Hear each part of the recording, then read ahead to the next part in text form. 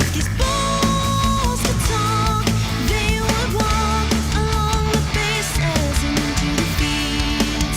If these balls could talk with Mark and John and producer Pete. Hey ballers, welcome to the season 10 premiere of If These Balls Could Talk, the podcast that says we got 4 letters, 1 word, yeet. This is Mark along with John and our producer Pete, and we're getting ready to discuss the latest in sports, tech, and pop culture. If you like what you hear or see, please like us or hit that subscribe button, or as someone on the show likes to say, tickle that little bell. Oh yeah. Whoa, why is Joining this? us tonight, Hold on, the yeet counter, I turned it on and it is now taking up the entire screen. Pete, oh, Mark's doing something right now, buddy. that's quite the yeet. Joining us tonight is a kickball and karaoke superstar with more main event marquees than a certain Uso brother. Please welcome back to the podcast, Mr. Derek Lewis. What's going on, D-Lou? Not too much, just enjoying the Winter Olympics. Still in mourning about the Patriots. I don't want to talk about it, but, We're going to talk this is why about we're it. here. About a little bit. Cry myself to sleep tonight, apparently. You should a little bit. You ever see that? I saw a really funny meme about it this morning. You see the one with the baby and has all the shit on his face, and he goes, "Help!" It was like Drake May right now. I'm sorry. How far did the Giants make it in the Super Bowl again? They made it super far. Zip it. Back in 97. Did you know that? All right. Yeah, what were you going to say? Where do you want to say it? No, it's good. It's good. All right. It's good. I made so much. I teased you guys so bad, and I felt a little bad. No, you so don't I feel figured bad at all. I felt a little bad. David Tyree. Oh, that's a trigger word for me. Anyway, and now it's time for us to talk about our balls. Is it? Yes, Pete. It is. It's time to talk about our balls. Pete, is the song going on right now? Yeah, it went on. You guys. All right, that's good. It happened. It's done. All right, cool. It's done. John, how you been? Hey, Pete, we're gonna need to hear that so we know. Yeah, I see what I did there. Guys, throwing some news. Well, guys, we are in season 10. We are approaching 100 subscribers on YouTube. Thank you for everyone who's subscribed so far. And we are going to try to add some stuff this season. So welcome. What's going on with me right now? We had meeting 2 of the Yearbook Club. I think at least one Yearbook Club member listens. So, hey, guy. And that went really well. Not your daughter? Not my daughter. One of her friends listens to the show.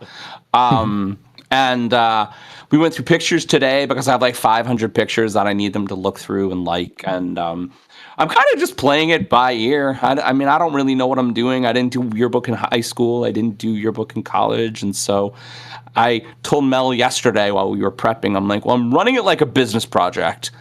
And I can do that. But they're also 13. And so I'm trying not to just be sad and boring. So we're figuring it out. ChatGPT can come up with a project plan for you. It did. Yeah. Anytime I need anything, I ask ChatGPT. It writes my emails for Yearbook Club. It does my flyers for Yearbook Club. I'm a veritable AV master with ChatGPT because I do know how to talk to a computer. Jamie and I, High Potential is on hiatus, which is ridiculous. I don't know why. It just got back. But we're watching The Rookie, and we were watching Will Trent. I told you guys about that last week, but we are on a Will Trent break, so we started Suits. And I forgot how effing good Suits is. So good. So good. Yep. And so we're on episode 4. And I like it. So we're going to probably stay on that for a while. What else happened? I argued with some people about the inherent goodness of Polymarket today. Hey, Will. So that was interesting. As a lifetime gambler, I felt like it was my duty to explain that gambling is inherently evil. Can be, yep. And yeah, what's going on with you, Mark? Kind of. How was your week, buddy? Oh, and it's almost my birthday, bitches. It's What almost up? your Oh, yeah. birthday, exactly. That's right. That's coming up really soon. 45 years young. So, So what happened last So week? old. A little itty bitty game called the Super Bowl happened, and I watched it at. Hey, Mark. I stayed pretty local. Hey, Mark, how'd that so go? you weren't watching it from TikTok on a cruise ship this time? No, I wasn't watching it. Mark, from, again, on just a TikTok ton on cruise ship. just a ton of touchdowns. So all the touchdowns, Like except one touchdown. so many touchdowns. It was such an exciting game. Did Jake Bates outscore the Patriots? Jake Myers, and yes, Or he Jake did. Myers? Yes, he did. That's Yes, he did. unfortunate.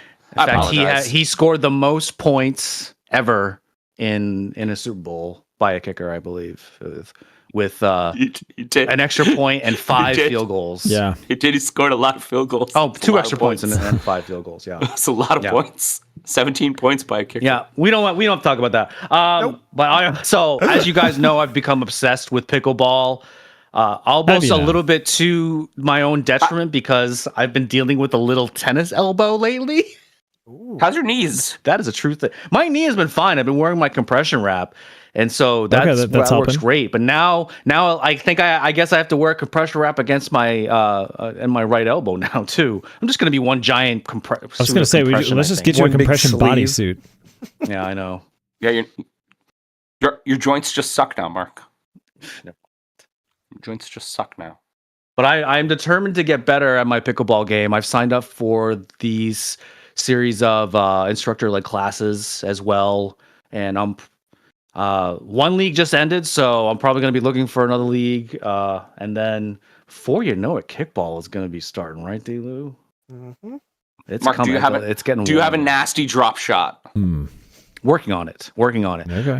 One thing that I have been able to get some other people like not in the leagues I've been playing for is I put a lot of spin on the ball, and it's not just top spin, but I can do back spin, side spin. That's where my my ping pong play game comes into play. So my best shot is probably I can do a somewhat of a drop shot with a backspin so that the ball spin back towards the net, and you pretty much can't get it back over if it's close enough. Do you yell like women tennis players? Do you yell like you go that? Do I grunt? No. But I did joke with someone like we should do that as like a reel or something like that. I don't know. That'd be pretty fun. Yes.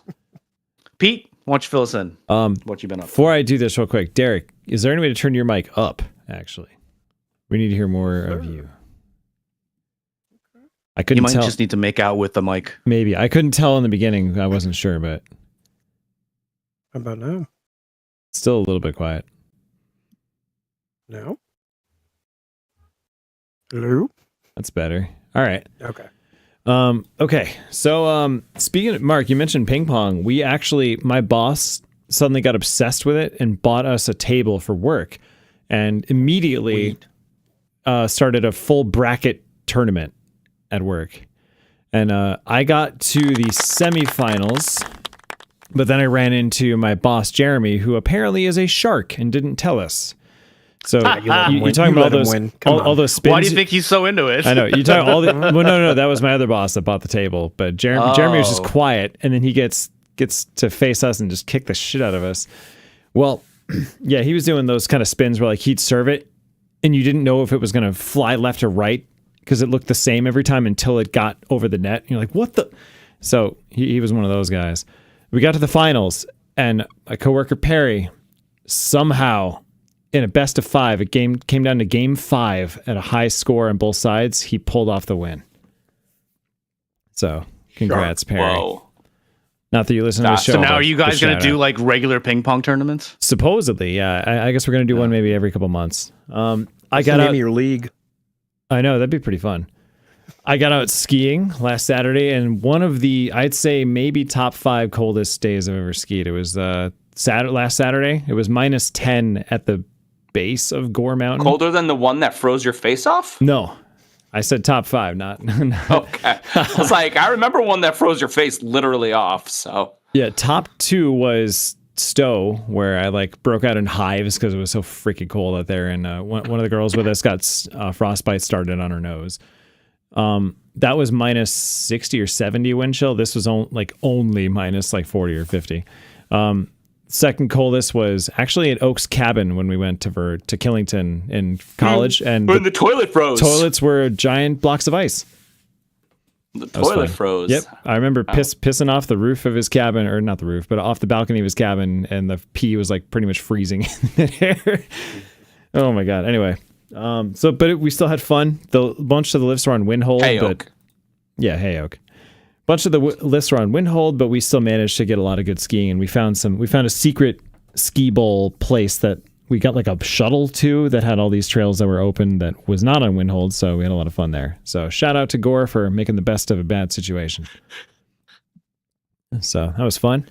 Yeah, and work is work. Just busy. Well, that is very interesting. Yep. Mark, And, do you have something to ask Pete? Liam is singing all the freaking time now, in his class, everywhere. And yeah, that's pretty much. Letting it go. What's up? Letting it go. Oh yeah, no, he's a singing. I don't think he knows. I don't think he knows Frozen, man. He will. Oh no, they tried singing it to him at a book reading at a Fisher Ferry General Store, and none of the kids knew what it was. And the teacher, who was like, the owner of the bookstore, was maybe like 30. Obviously, it was over like 10 years since that movie came out. That's why she was like, no been a one minute. knows this. Oh no. Like, yeah. Yeah, it's been a minute. That was a Jamie childhood song. Oh, Jamie was obsessed with that song, but that was when she was Liam's age, right? About 2 or 3. And she was singing it on that microphone all the time. 4 or 5, somewhere in there. Whenever it came 3, out. 4, 6, 7? maybe. 6, 7. Not 6, 7. Hey. Aw. Hey now! Womp, womp, womp. That's a good segue because it's time to warm up our balls. Before the takes and curtain calls, we gotta warm up your balls. All right. Beautiful, John. I was like, that's a different segment, Pete. During this segment, Pete will spin the wheel and will randomly select a question for our guest to answer. Are you ready, Pete? Yes. As long as this is refreshed. Let me refresh it to make sure. First question, Derek. What is your... No. Hey, Pete. Yo. Pete, why don't you just vamp? Just vamp for a second. I definitely didn't do that. Oh, no. So, guys, we're trying out some new AI jingles. I apologize if my lack thereof of podcasting skills. You'd think after 10 seasons... Pete, we'd be you hit doing that. You hit that. You hit your cue pretty good on the second. That one. The first one I did hit, but I forgot to make it so that they could hear it. So they were like, "Hey, did you play the jingle?" I don't know if you guys heard that recap of It was what the happened remix. 5 minutes ago. Okay. Yeah. But you guys on are the stream super- heard it. It'll be on the Great main vamping. show. You guys are super good at vamping. Great vamping. Let's Good to be Good Hey, day plus go. and vamping. Wasting time while John gets the thing up. I'm How many- Oh, I thought he was ready. Derek, how many I'm yeets? really good at getting it up. Oh, Hey now! There we go. that's got to be the All title of the episode at some point. right. No, bad, so bad. Pete, press the buttons. I will. Control F5. That'd be great if your computer actually made that noise every time you refreshed. I know. It does. Okay, what is the ultimate guilty pleasure song, Derek? Ooh. Call Me Maybe. Was it That's Carly what I Rae said Jepsen? when we asked this question. We- yeah, before. we John, did are have you this sure you one. put up the right one? I mean, maybe I it didn't did. refre- It's not. It's Maybe not it didn't refreshed refresh yet. on time. Hold on. Okay. Might not have Okay. refreshed yet. Don't I That's hit- a good. Pete, That's a look good for one though. Pete, look for what is the best chip flavor. How about what is the best or worst sports movie? Ooh. Yes, that's in there. There we go. All right. There you go. New question. Best or worst sports movie? Or both? Elu, that's literally the answer that I said to that question. I like Major League. That's classic. The worst. Ooh. It doesn't have to be. You don't have to do one for both. It's just if you couldn't think of a best or a worst. Okay. I mean, I Major like League is... Major League a lot. Yeah. I mean, maybe Major League 2 was one of the worst ones. 3 wasn't So- good either. So just not to bring it up to you guys because I know it's still sore, but Michael Dixon, who is the punter for the Seattle Seahawks, He reminded me of the kicker in The Replacements because of his tattoos. And he looked like after he coffin cornered you guys like the 4th time, he went and had a smoke, right? He just seemed like that guy. And The Replacements is probably top 3 for me for sports movies. That movie. Really? I still haven't seen that one. Oh, You haven't seen The Replacements? No. Peter. I have a Sugar Shane dearth in Flacco. sports movies. I think we need to just have a movie night of sports movies. Peter. Keanu Reeves honestly, Keanu Reeves playing Joe Flacco in a movie. Right. Just think Matrix, football style. Yeah. Gene Hackman was in that, right? Really? Hackman's the coach. Oh man, I gotta see that. What happens is the NFL goes on strike and they bring in replacement players, and the replacement players have this whole like quarter season, and they're terrible, and it's their last game, and they finally figure it out, and something good happens, obviously, because it's a sports movie. Yeah. Okay. I remember the premise, and it's like I don't know why I haven't seen it. That's crazy. And so this Irish Scottish kicker has a gambling problem, and he gets in with the mob, and the mob tells him to kind of throw the game, and he has to make a tough decision at the end because of the mob. Let's see. You know, those mobsters. Anyway, that's my favorite. Mob. I gotta give props to Rudy. Ooh. Does Jerry Maguire count? That's more of a manager movie, not a sports Jerry movie. Maguire's a sports movie, 100%. Counts. Well, Rod Definitely counts. Tidwell's in it, so yeah, Okay. absolutely. That one's up there too. Excuse me.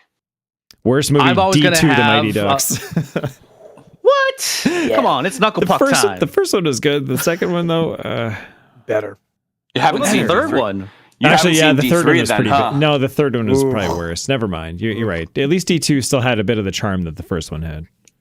Yeah. That's when you get introduced to the It did have Bash a young Brothers. Keenan What's wrong with Thompson. D2? Okay, you're right. You're right. You know D2 what? was awesome. Now that I remember, Keenan Thompson was in it. You're right. The knuckle puck. They showed the kids. And- like, what was it like? Stick, gloves, shirt.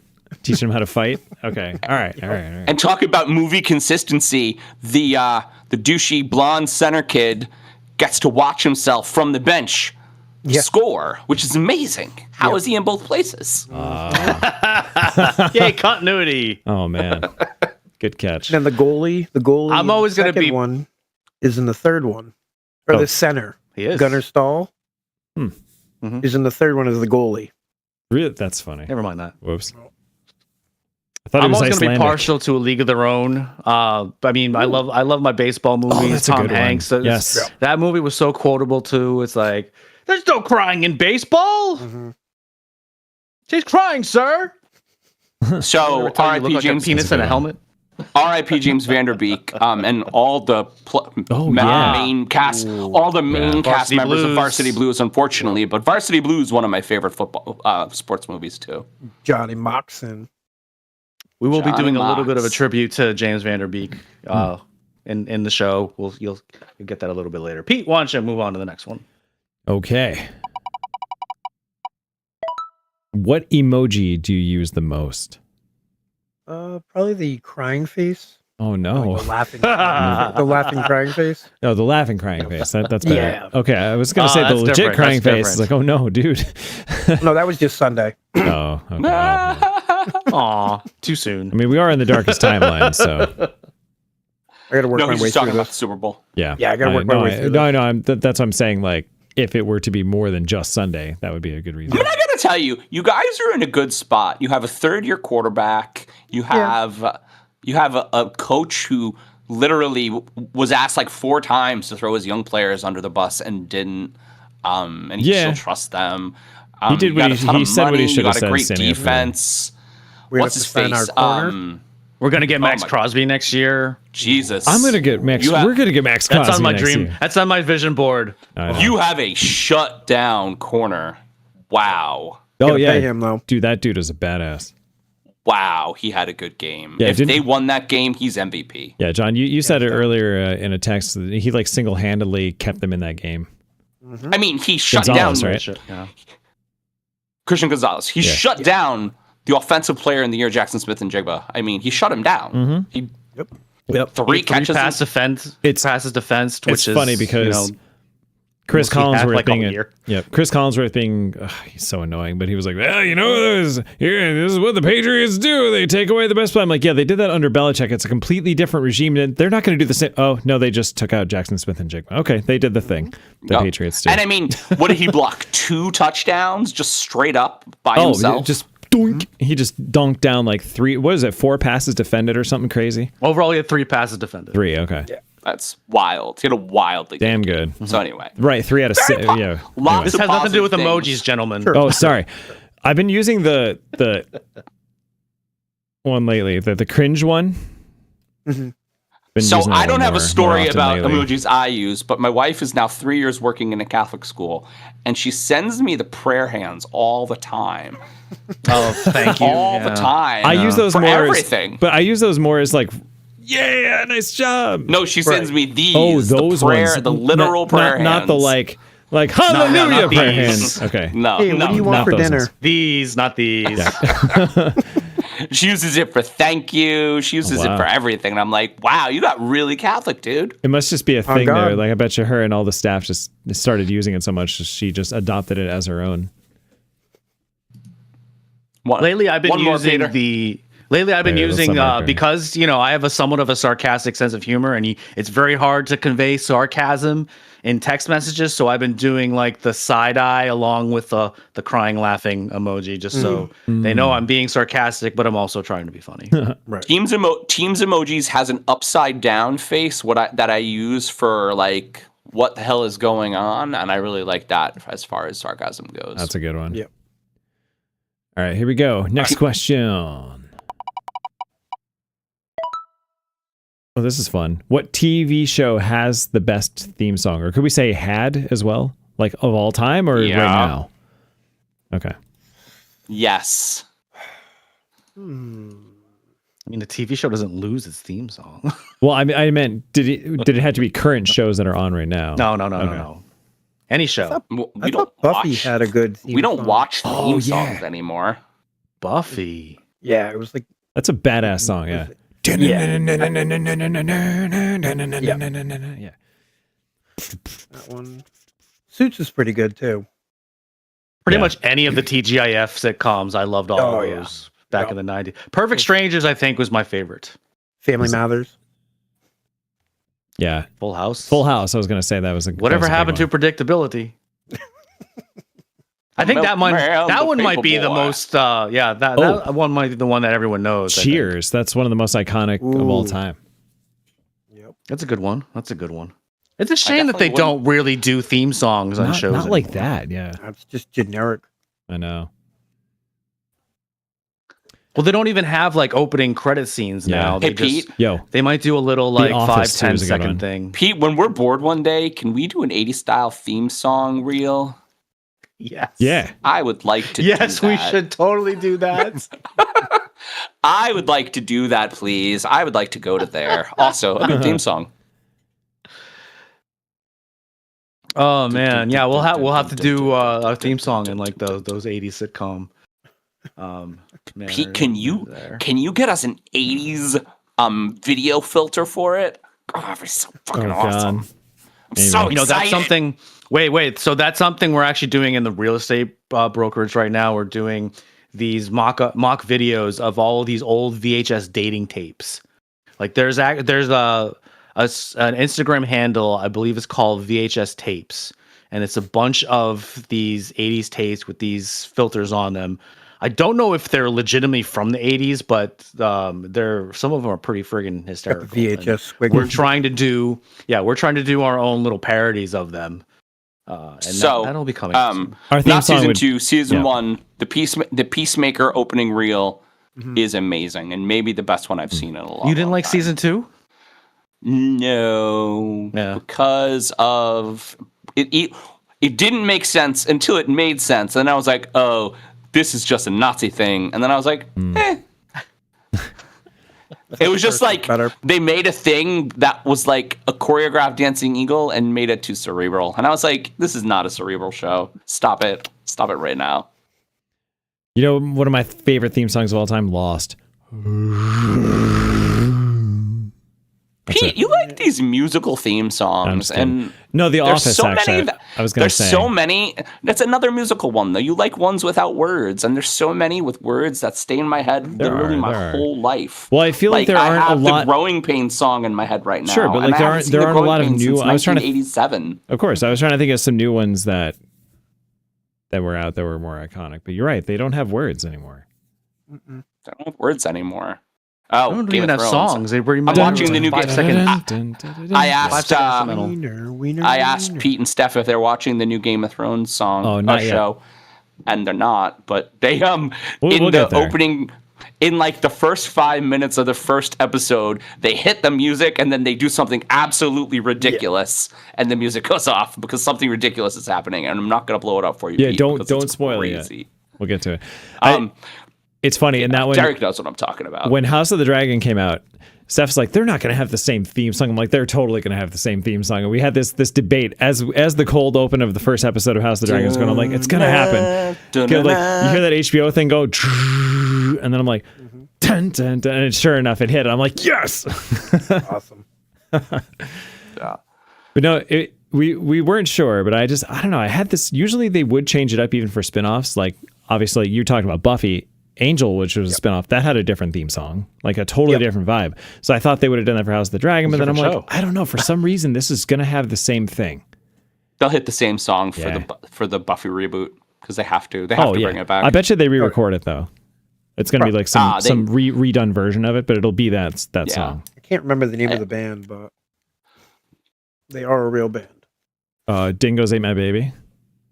Yes. That was the one. Yeah, that was. Yep.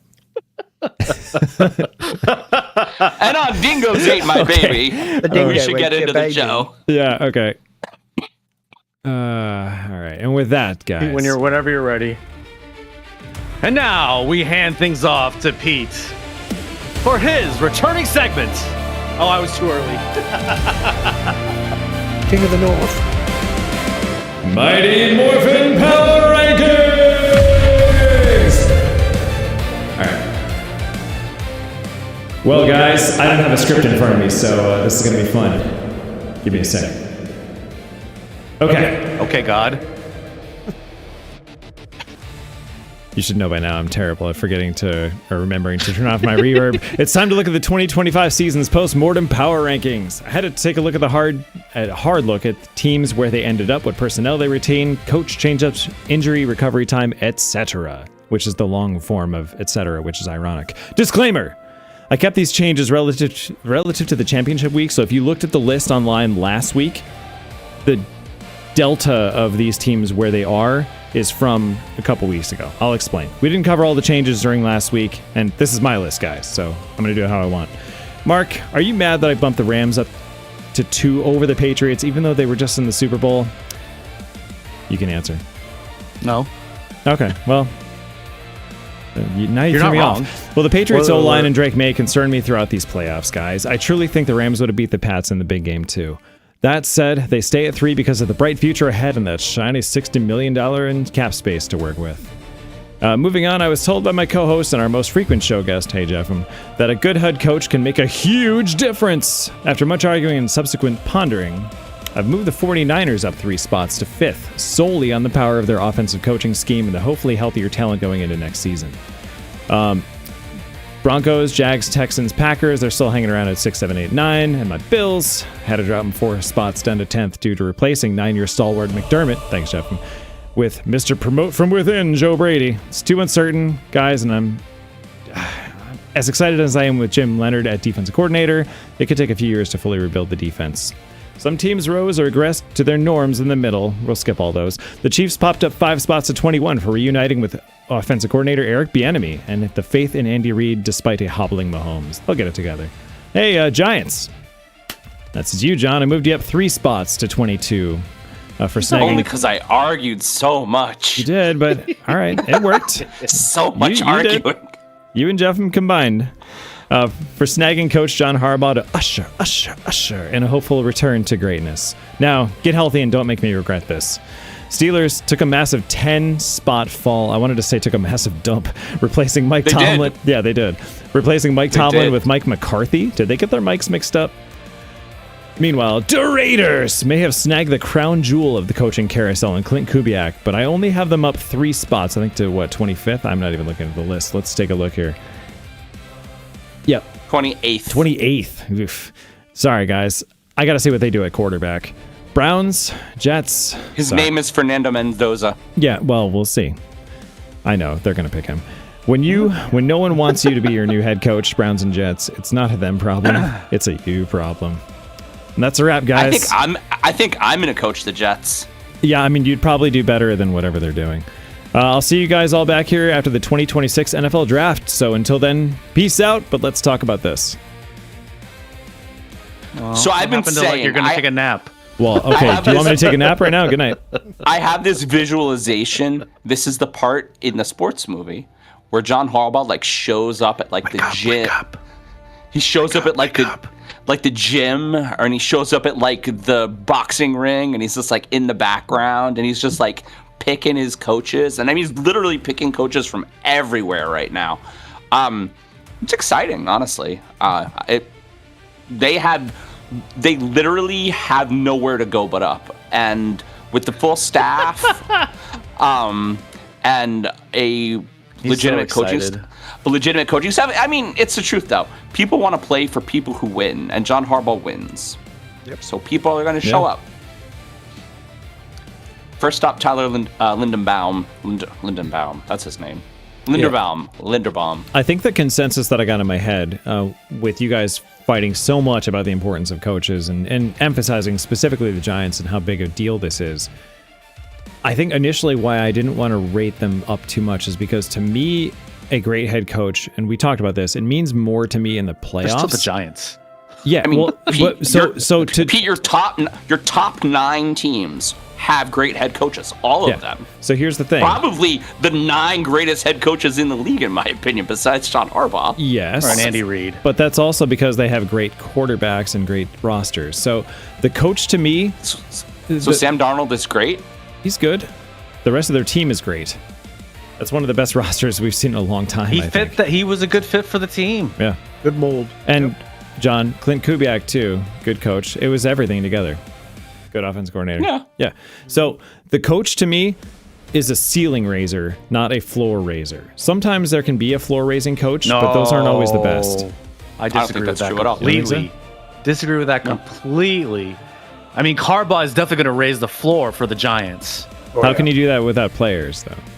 He has players. Just because of He who does. he is. If they're healthy. And he'll get more players because of who he is. Yeah. And I think that's the real thing. Right. If I see them nail it in the draft and fill like pretty much like upgrade every position of their offensive line so that Dart's protected, those kind of things. Hey. Their trainers are better, like all that kind of stuff. We got to see how it plays out. Their offensive line is pretty good from Pro Football Focus. Their stats were not bad this year. And honestly, the Giants this year, and I'm just focusing on the Giants. I know them, and it's a good example of this whole situation. Sure. The Giants this year failed in coaching. Strictly. They lost 6 one-score games in the last 3 minutes. Yeah, and that can matter, for sure. And to lose your best wideout in the first week. Well, that was just bad luck. Yeah. Even first without week- that. Yeah. Even without that, they were still competitive. Right. They are still the team that scored the most. Yeah. They lost. Denver. How many 10-point leads did they lose, John? Was it like 5, 6? So fucking many. There's a lot. Yeah, So many. I mean, there were at least 5 games where they had an over 90% chance to win in the fourth quarter that they lost. From weak-ass coaching, Brutal. from cover 4 for 3 minutes, So- with the worst fucking secondary. The thing the Giants don't have is a good secondary. They have a very shallow secondary. And so I want a secondary. I want the best cornerback, the best defensive back in the draft. That's what I want. That's my wish list. Just a small warning, though, with this. I was about to say, that sounds a lot like the Baltimore Ravens, who would always get up way in front and figure out a way to lose big games when it mattered at the last second. So just be careful about that. It sounds like the 2008 Giants. So I'm okay. Okay. So we got to see how it plays out. I'm excited for them. I'm just trying to, be a little bit reserved. And the Chiefs, honestly, the reason they hopped up 5 spots is because we know Bieniemy as their OC worked. It got them to multiple Super Bowls, and their offense looked unstoppable with him as their offensive coordinator. They're going to be fucking terrible. Who's going to play quarterback? No, That's why there's. Mahomes, he probably won't be ready week 1, but he's still going to play next year. And while he might not be as mobile as he normally is, he's still fucking Patrick Mahomes. That's why I still have him at 21 and not higher than this. We'll see if Kelsey comes back to play. Firstly, I think he is, because I don't think he wants to end his career with the season that he had last year. That might hinder them a little bit because, he would have announced it by now, I think, Mark.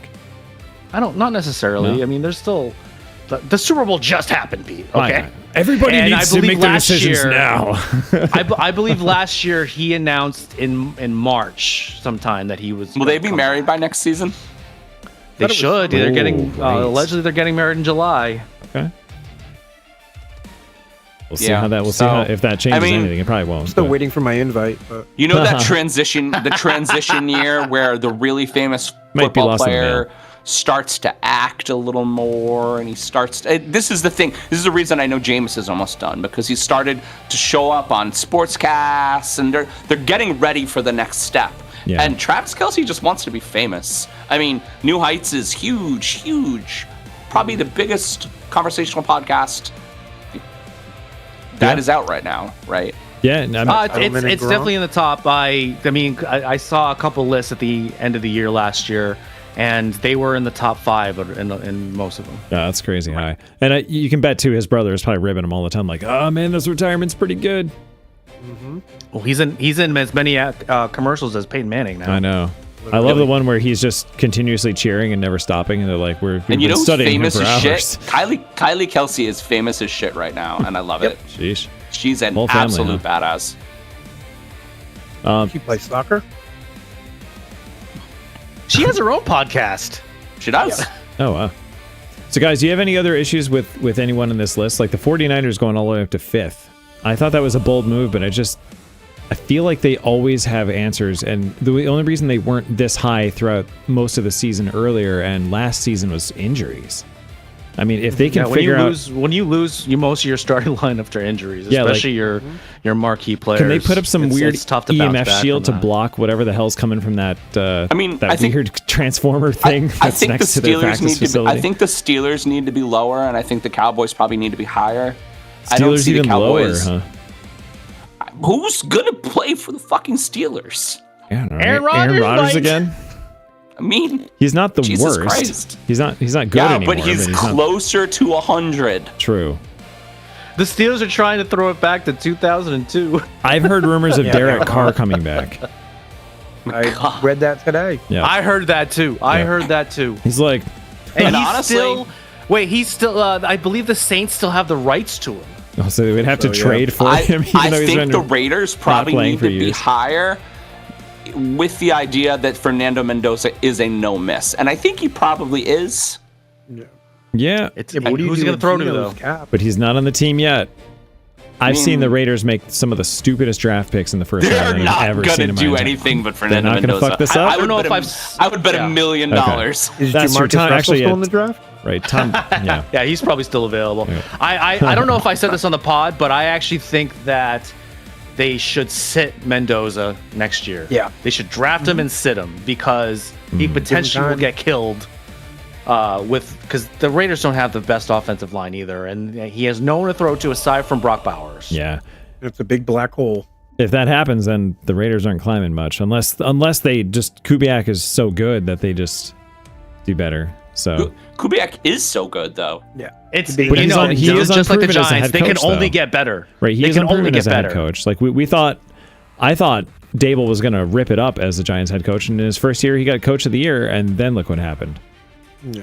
I mean, But, Could not Ben Johnson. could not repeat. Tyler Yeah, Ben Lockett is Johnson, right, old. that's another one. Trey Tucker's pretty good. Honestly, I think Janty's going to have a really good sophomore year. As I long hope as so. They need a better They offensive kept messing line. with him. I know They he's figure the talented as offense hell. out. Didn't they show progress where Genty started leaning less and less and less on his knees before each play, and somehow that made him better as the season progressed. Yeah, he would go back to college with his stand-up, Yep. and then he'd be fine. It's funny though because it looked like it took him 4 or 5 games to get there. Well, I believe the I saw this coordinator? stat He I don't was know. hit behind the line of scrimmage more than any other running back in the league. That's poor guy. Well, I mean, Kubiak's going to call plays, as far as I know. I think I heard that announcement already. Speaking of which, isn't that funny that Makes leaked sense. during the Super Bowl in a post-game interview? They're like, so No, you going to 'cause go to the everyone Raiders? knew It's like, that. yeah, I'm going to coach it. I mean, yeah, let's be all right. Fine, That let's was be week. honest. That was week well before the Super Bowl, Was gentlemen. it? Well, okay, we all yes. assumed it was going to happen. But that was the first time he came out and said it, and he did it before any official team announcement, which I thought was It's kind of also funny. completely against the rules. Oh yeah, tampering. Is it? Yeah, like for him to literally just say it before. Absolutely against the rules. I thought that was for players though, not for coaches. It's for Or- coaches too. Coaches Okay. as well. There's a rule about coaches too. Gotcha. If when you're still in the Super Bowl, I think. Well, I think Well, hey, the though, game was over, the week technically. before the Super Bowl. No, I think the week before the Super Bowl they're allowed to Yeah. to interview them because that's technically a bye week for Yeah. everyone. John's right there. Like had he said it the next day, maybe it probably would have been okay. But it was like right. But as there was the game. clearly discussions well before that. Yeah, I mean, we all yeah. assumed it was going to happen, but right, you still their can't. mind made You can't up. just blurt it out yet. I hear you. Anything else weird in this list before we wrap it up, you guys? No. I knocked Cleveland down 8 spots just because literally nobody wanted to coach for them. I'm like, this is bad. Like your Maybe Deshaun organization Watson could sucks. come back. What's that? Deshaun Watson might come back. That makes it even He's worse. the best quarterback on the Browns roster right now. He is. You tell Shador that. Shador. Yeah, I'd say it to his face. I thought Shador was going to do better than he did. He's going to Nice tell to his the daddy Browns. on you. Hey, if Prime Time wants to come up against me on the podcast and tell me how much of a bad person I am, I would Prime, you gladly are invite that. welcome. Brian, on come the on pod, and by yell the at way. Mark all day. all day. All right, we are ready, gentlemen. We have All right. ran out of steam and time. That's all right. So, guys, that closes up the 2025 season. We'll see y'all back in 2026 preseason. We done with NFL now. So, do we want to announce what's coming to the show to replace this segment, or do you want to wait? I mean, We're we're gonna just make it a keeping surprise. Mighty Morphin. We are keeping Mighty Morphin power rankings because you guys love it so much. And we're gonna switch to NBA. Yep. That we is. So Mighty be on the Morphin lookout for NBA that. Power. Oh wait. You can It still works. call it Money Go Morphin. Mighty Morphin NBA Power Rankings. I mean, it's There we just go. the segment name, Pete. Just call it power rankings. I was Yeah, trying to be cheeky. you can All say right, we it, would like boys. to. We would like to thank one of this week's fake sponsors, Ghost Follow. What? Alerts you when someone stops caring about you. Oh. Ghost Follow. We know the world revolves around you. All right, everyone, shall we kick off this shindig? Hell yeah. Yeah. Let's do it, brother. So, as we had mentioned before, James Vanderbeek, someone that I watched when I was growing up because I loved the show Dawson's Creek, unfortunately did pass away. So, all of this next topic songs were songs from Dawson's Creek. Well, I don't want to wait for first topic to be over. I want to know right now, or will it be? Du-du-du-du. Damn you, good. Paula Cole. I like So John's, the NFL John's season edit is with- officially over, but that doesn't mean we're done talking about American football. By now, everyone who watched the Super Bowl is familiar with the story of Sam Darnold, who was the first quarterback to win his first Super Bowl while being on his 5th team. He was drafted number 3 by the almighty New York Jets, and he started seeing ghosts. But then he went to hold on to Lombardi Trophy. So clearly the Jets did him dirty for the first 3 years of his NFL career and almost ruined him like other former Jets quarterbacks. But he reinvigorated his career after getting coached by Kyle Shanahan and Kevin O'Connell. We've seen busts like Anthony Richardson, Kyler Murray, Justin Fields, sorry, Matt, and Tua Tagovailoa, and meanwhile, possible other reclamation projects like the Jones cousins and Mac and Daniel and Malik Willis. So everyone, should NFL franchises change how they evaluate and nurture young quarterbacks? I mean, I think this is a case by case basis for the ones that suck at it, like the Jets. Is it? Well, I mean, Green Bay did it right.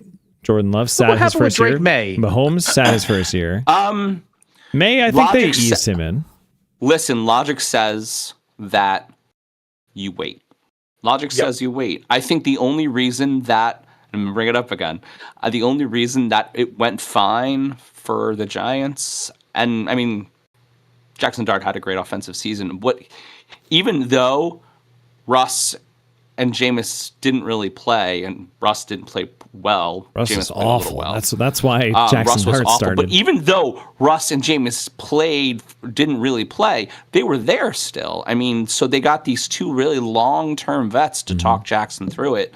And I think in the Jets situation and in a lot of situations, they didn't really have that. And I think who was Sam's backup? Do you remember? the game itself is very difficult, and Drew it's Lock.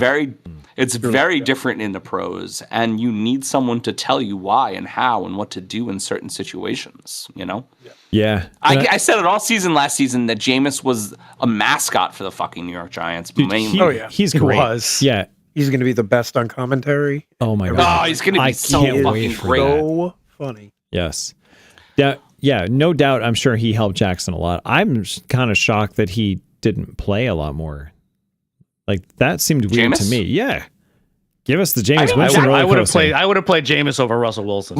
Yeah, Listen, I had for sure. Jackson Dart in Dynasty, and I decided very quickly to switch to him. His offensive statistics, even with the Giants losing, were very, very good. The Giants didn't lose because of Jackson Dart.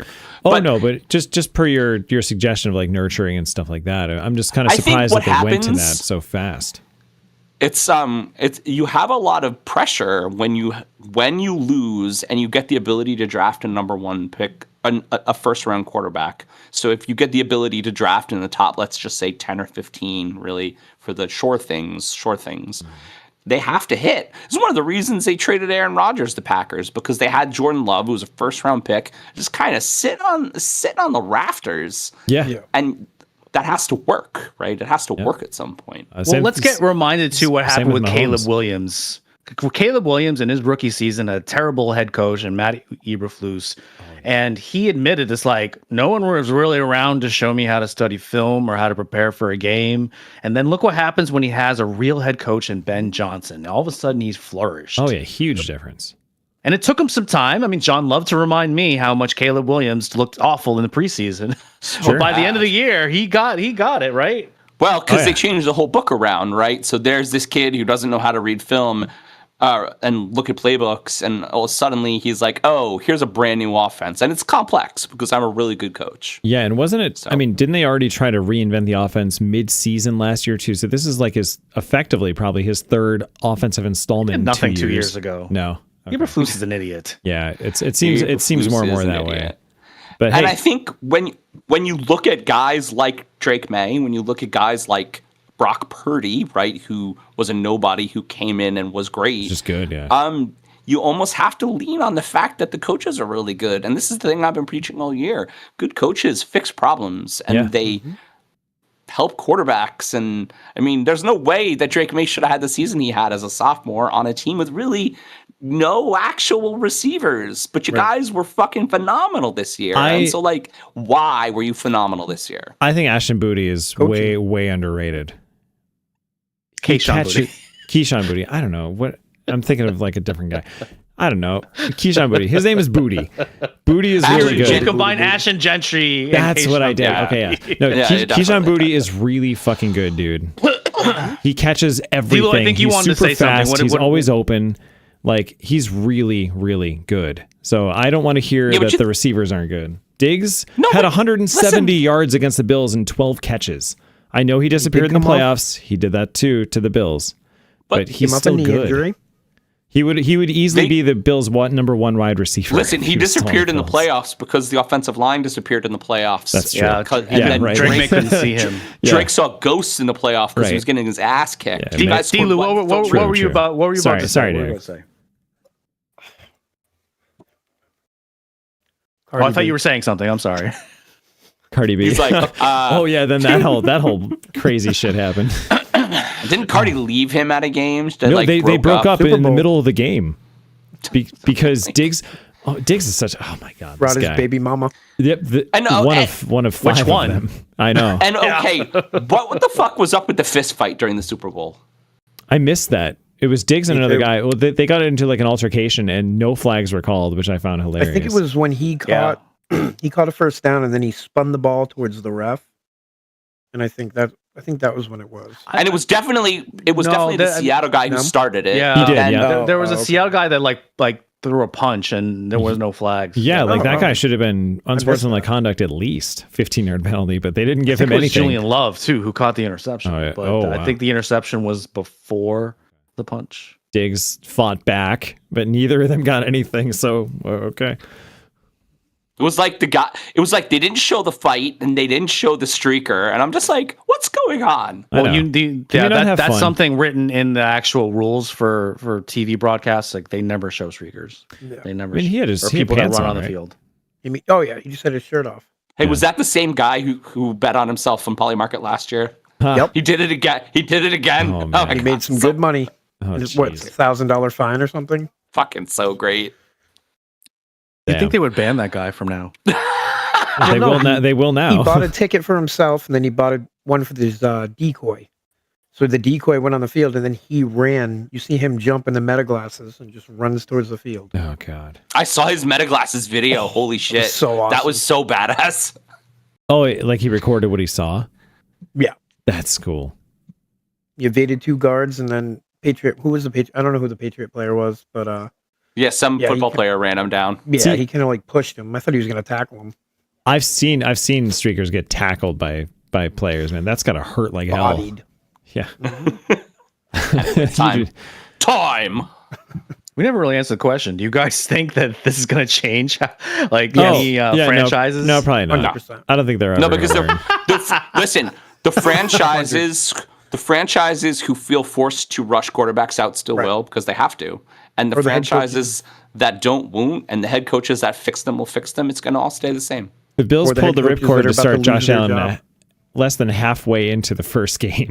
Because Nate Peterman threw 4 interceptions in 1 quarter. Yeah, that happened, and they were already losing 40-0 before the first half was over. That Game was Yeah, It was just close. Yeah, very close. They'll come bad. back. Yeah, Field Very goal game. bad. yeah. All right. Peterman. I get knocked down. For next topic now, you're never gonna keep me down. I get knocked down. For next topic now, you're never gonna keep me down. Piss in the Piss in the night. night I was gonna sing it, but away. you guys beat me to it. All right, Pete.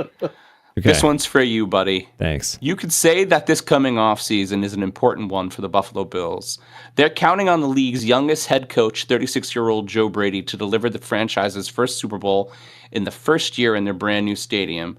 True, the Bills have a lot of talented staff returning, highlighted by Josh Allen and the league's rushing champion, James Cook III. But after 7 straight early to middle postseason loss, it is clear something needs to change. So, Pete, what are the things you need as a diehard Bills fan, the things that frustrate you the most, and the things that can stay the same besides Josh? Well, to be fair, in the Wide receiver. wide receivers, just so they asked this question on Buffalo Sports Radio and WGR, and they literally had the GM on. And this is the same radio station that GM went on a tirade, unprovoked, and basically called them all idiots and just screamed at them and said, like, we're fine at wide receiver. And who's who?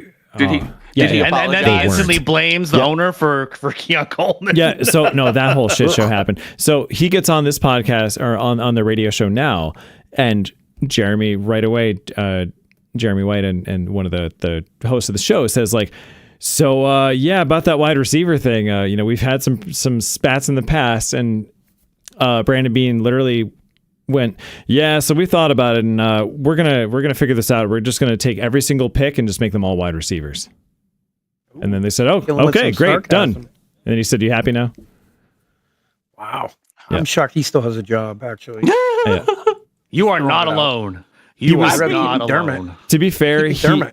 the way he delivered it, it seemed like it was an icebreaker and it was funny and everybody Oh, okay, laughed. like funny. Yeah. I mean, But here's the thing, Pete, and you've said this, but without Josh and James, I mean, it's a 4-win team. yeah. I mean, It's even not. just without problem. Josh. It's a real problem, man. That's not fair. If you take away a starting quarterback and starting running back from any team, they're not going to win. No, but let's just say Wins we above- trade Josh Allen for somebody average like Drew Lock, who is Yeah. perfectly passable, but not Josh Allen. Yeah. Josh is like 10 wins above replacement. Yeah, he is. Like, by the it's way. the most in the NFL. I'm I sorry. mean, he makes some insane moves. I mean, the fact that he Being that is like big. a human battering ram sometimes, or his linemen are willing to just carry him 10 yards. Or he'll hold the ball for Like- 10 seconds on a play once until somebody fucking got open and still made a Although completion. keep in mind, Josh, a lot of things that Josh did, and I realized that he probably meant because he was trying to be Superman. He had a lot of turnovers in the playoffs and in some important games too. He knew that last game was his fault. Yeah, This is the reason a grown man cries on television. He fucked up. That fumble. Yep. He admitted it. He fucked up. His playoff record before that was the best in NFL history for TD to interception ratio. Not kidding. Look it up. Anyway, Pete, besides Touchdown wide to receiver, interception ratio and quarterback rating are some of the highest that the NFL has ever seen. Josh never turns Why it don't over you in go, the Pete? Why playoffs. don't you go down the 20-point list that you gave me and Sean earlier today? Oh, you want me to read the list? Okay. Here we I go. was Maybe pretty not much- read the whole list. Pete, I just got to tell you, man, I was pretty much teeing you up for that list. So, literally, you're in charge of the Bills. What do we do, Pete? Okay, here we go. You are Perfect Brandon segue. Bean. I have number one, trade for Justin Jefferson because, the Vikings are the Bills farm team for wide receiver ones. They got Justin Jefferson with the Bills draft pick that they traded them to get Diggs. So why not just keep it going? Every 5 years, we just get their best receiver. Or A.J. Brown if the Vikings won't budge. A.J. Brown wants out badly. If none of that happens, maybe try Waddle, but I don't think I would do that now in the offseason. I would have done that last midseason this past year. T. Higgins if he wants out. Marvin Harrison Jr. as a flyer. Maybe he's much better than what the Cardinals have done with him. He is. A more recent thing, if you want to stack up multiple receivers and keep your picks for the draft, get Alec Pierce from the Colts. He's a free agent now, I think. And get, I really like KC Concepcion. His highlight reel was bonkers. I thought he looked amazing. And I feel like the Bills at 26 in the draft could probably get him pretty much staying put. They might have to trade up a few spots, but it's not going to be like trying to go way up for Tate. I don't think they're going to get him. Anyway, yeah, they need... We'll take all your draft picks for Tate, by the way, just so you know. Maybe they might do that. Okay, let's sign. I don't think they're going to get Max Crosby. I think he may end up going to the Patriots, and they would have to give up too much draft capital. They're just not in a state for that right now. You better not let that happen, Pete. I know. That's fine. Better not. No, it's not. Well, it's definitely not. But at least we can probably sign Trey Hendrickson for one of the front edge roles. So we have Jim Leonard. That was another big thing that, what's going to change. I'm more excited about Jim Leonard as the defensive coordinator than I am about Joe Brady as the head coach by far. It's going to take about 2 years to flip from a 4-2-5 to a 3-4, though, a 3-4-4. Unless you get big splash moves like Hendrickson and nail your draft down the backside of it. Move Ed Oliver to 4-tech, so he would be on the front edge, not in the middle, because he's too small to be a nose tackle in a 3-4. I think if he can thrive there, bam, that's that spot. Michael Hoyt, if he can recover enough to be healthy, he could be a banger of an outside linebacker rushing the quarterback. Rousseau has got to go. Everyone's like, the analytics, he looks so good. He doesn't do anything. He's a good run defender, and he sets the edge so good. Where are his fucking sacks? You drafted him in the first round. Come on. It's too late. He's not worth the money. I dropped him after week 3 of literally 0. He doesn't do anything. And if he does, okay, it's those unmentionables, but sorry. If you're in a 3-4 now, you need those two defensive ends to sack. And he's not that guy. Not necessarily true. No? I don't think he can play outside linebacker either. Outside though. linebackers are 4. I don't think Rousseau can play outside linebacker either. He's too slow. He has a good nickname. He has the longest time to get pressure on the quarterback from snap of like any defensive end in the league. He's too slow. That was a stat I heard recently. AJ Epinesa, I love the guy. I love his character and his fight. He was the second round pick of the Bills. I think his time's done. He's going to command too much money at this point. They can trade one of those two or get rid of that. Try to find a good inside linebacker that can help them with the run because that was a weakness. Retain Shaq Thompson. I know he's old. He was a great guy. He'd be awesome at middle linebacker for the Bills in this system. Move on from Taron Johnson, Matt Milano, Taylor Rapp, Jordan Poyer, maybe Tre'Davious White. Sorry, there's a lot of great players and I love all of them, but it's time. They need to move on. Cut Keon Coleman. Goodbye. Cut Curtis Samuel. Goodbye. Maybe move on from Josh Palmer. Goodbye, but that one is a little bit harder contractually, and maybe if he's healthy, he could be a wide receiver for... Yeah, just jettison most of the Bills wide receiver core to the sun. Do that. It makes that's like a wide receiver 6'7". Yeah, 6'7". Dawson Knox is on the books for an $18 million cap hit as the backup tight end. He needs a major pay cut. If they can't get him down to $8 million, he has to go. Move on from David Edwards, who's $19 million as a guard. Possibly Connor McGovern at center. They may need to move up some of their up-and-coming, very promising depth at O-line that they've been kind of building to replace those guys and save a ton of cap space. What do we got here? Draft best available combo of man, separator, hand, speed, wide receiver round 2. KC Concepcion! He's my pick. I like him. Draft the best available safety. You have to do this every time you say his name. Concepcion! I don't know why I'm doing that, but draft the best available safety and or outside linebacker prospect in round 3, 4, whatever picks they have left after everything I've just said. And just best player available on offense or defense with whatever picks are left. There you go. And that's all you got to do, Brandon B. Yeah, just have fun. Stop going on the radio station and complaining about your wide receivers. Just do exactly what. Yeah, just I gave you what you need to do. There you go. Blueprint. Whole thing. Yep. Follow that 20-point plan. His name is Pete Steffen. Yes. He lives in Round Lake, New York. You too can win the Steffen. Super Bowl if you follow my 20-step plan. And time. Yeah, I can't imagine we have time for anything else right now. Oh, man, it felt good to get all that out. All right. Oh, you okay? You I think so. blacked out? You good? I blacked out a minute. I might need a cigarette after happened? that. I need a sip. I don't even smoke. Oh, why you look so sad? The tears are in your eyes. Come on and come to me now. Don't be ashamed to cry. Let me see you through. 'Cause I got next topic too. I like the flip to shivers. falsetto there in the cry. That was good. Oh, I kind of had to. That wasn't the key I intended on doing, but Mark, you kind of stick with it. I'll stand by you, Mark. It worked. Yeah. It worked. So You let's moved us. transition to some NBA talk now, and the unicorn known as Victor Wembanyama. Wemby is listed as 7'6", but he's more than just a big body, as he has the ball skills of Kevin Durant and Steph Curry.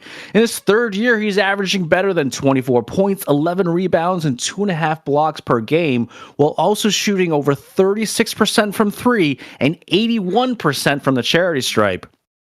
He is irrecoverably unguardable in the paint, as he barely has to jump to dunk the ball, with some very exciting lob and alley-oop plays his way. Not to mention, his team, the Spurs, have beaten the defending champion Oklahoma City Thunder 4 out of 5 games this season. So, everyone, is Victor Wembanyama the biggest draw in the NBA, and is he soon to become a champion? I think he's one of the biggest straws. Holy shit. He has an 8-foot wingspan? Oh, he's massive. Yeah. He's like a damn eagle. Jesus fucking Christ. That's insane. He's You ever, John, remember He's 4 Manute foot Bol when we were arms. growing up? Yes. I mean, he's a little bit more muscular than Manute Bol, and He still needs to put on a little more He weight. can play like Oh, yeah. Kevin Durant. He's a That's good ball nuts. handler. He's a good shooter. He's a very good player. The He just has to Spurs, stay healthy. to be honest, the Spurs He's need got to to be stay better. healthy. Right. He's got to stay healthy. That's always it. been the big thing with people Longevity. like at least 7 feet. Like they don't necessarily stay healthy. Yao like Ming. Yao Ming, he kind of retired a little bit early because of having knee issues. Bill Walton had to retire early. Just think about how much strain that is, and the human bones only get so big, Yeah, Yep. yeah. How old But is he's lean, so that might be able to extend his playing career. However, That's what worked for Minute Bull, right? when you're down low and you're getting pounded by, you're going down in the low block. Although he doesn't necessarily do that. He plays a little bit of down low, but he also goes. down low? You didn't know it was that kind of episode, did you? Oh yeah. Ew. He plays inside and outside a lot, and the NBA is getting geared towards big men that can shoot threes. So he has the ability to last a little bit longer than like the George Mirasans and the Yao Mings of the world. But we'll see. I mean, health is going to be a huge thing. He missed the second half of last year with some blood clot issue, right? Is that what it was? Because that's what happens. Yes. That's what happens. Just too He's much only body. 22 years old. Heart's not big enough. Unreal. He's only 22. He's so young. He's so. I mean, right young. now the Spurs are 2 games under the Thunder. Wembanyama's impossible to guard. You're not wrong. I think that they're just gonna get better. Which is, I mean, how long was this rebuild? Because Wemby was a while. During the show. Wemby's 3 years ago, maybe. He got drafted. Yeah, so this is his 3rd season. Thank you for listening to me. And Thank you for caring. but I mean, you could say that the rebuild was started even well before that. But they got the number 1 pick. They essentially did the Tim Duncan philosophy, and they got the number 1 pick. And so they drafted Wemby, and they've slowly been building the team. They did a couple of really nice trades. Last year they got De'Aaron Fox, and who's a really nice compliment to Wemby. They've also picked up Harrison Barnes from the Golden State Warriors. The Knicks just stole Jeremy guards. Sochan from him. What's that? Them. The Knicks just stole Jeremy Sochan from them. Oh, okay. You always got to bring it back to the Knicks, John, don't you? I do. Drink. But like you said, the Spurs right Drink, now Doug. the Spurs are just a few games behind the Thunder in the West, and like I said, they've beaten them 4 to 5 times, and that was at the time when the Thunder were healthy too. As of right now, the Thunder are not healthy. Like SGA is a little bit hurt. They got a few other players that have been hurt too. And I think the Knicks beat the Spurs in the NBA Cup. I'm pretty sure that happened. Yeah, that's great. Did they? Nobody cares about the NBA Cup. The Knicks do. You the Lakers won the first NBA Cup, and they actually raised a banner. Oh, The Knicks Knicks weren't going to raise what a the banner. fuck are you doing? What the Knicks did is they paid their training staff and the lower paid players with the winnings, which I thought was very cool. is Charles Oakley still allowed in the building or no? Don't you want to go to a game? Wouldn't you want to go to a Spurs game and watch Wemby though? Because out of all the NBA players that are out there right now, don't you think he's the number 1 draw? Maybe because he's the 8th wonder of the world. He's a unicorn, yeah. I mean, Andre the Giant over there. it's just be cool to see a guy with an 8-foot wingspan. I mean, I don't really care. I think that the Spurs are very good, and I think care about the Knicks. And I Let's think talk about the Knicks. I think that Victor Wembanyama is very good. I think the Spurs are going to stay very good. I don't think that's going to change. Are the Spurs a big draw for games? I don't think so. Spurs as a team, no. Wembanyama, I think he is. I would. Yeah. Unfortunately, I wasn't able to put the Spurs into relevancy. Then, pretty much. Yes. Absolutely. Absolutely. Again, River this was the game plan. This is what they did with Tim Duncan. They got the number 1 draft pick. They drafted Tim Duncan, and then a few years ago they drafted Wembanyama. Mm-hmm. And they were good for a while. I think my 9th grade social studies teacher put a line with Minute Bull's height on the back wall of our class, because I remember it must have been him, because it was 7'7". 7 foot 7'7". He was 7'7". Okay, yeah. Well, and that's the thing about But that line. I'm just a little bit shorter than that. It just looked impossibly high. Yeah, just a little bit, Mark. You'll get there. Wemby just keeps growing, man. That's insane. Yeah. And time.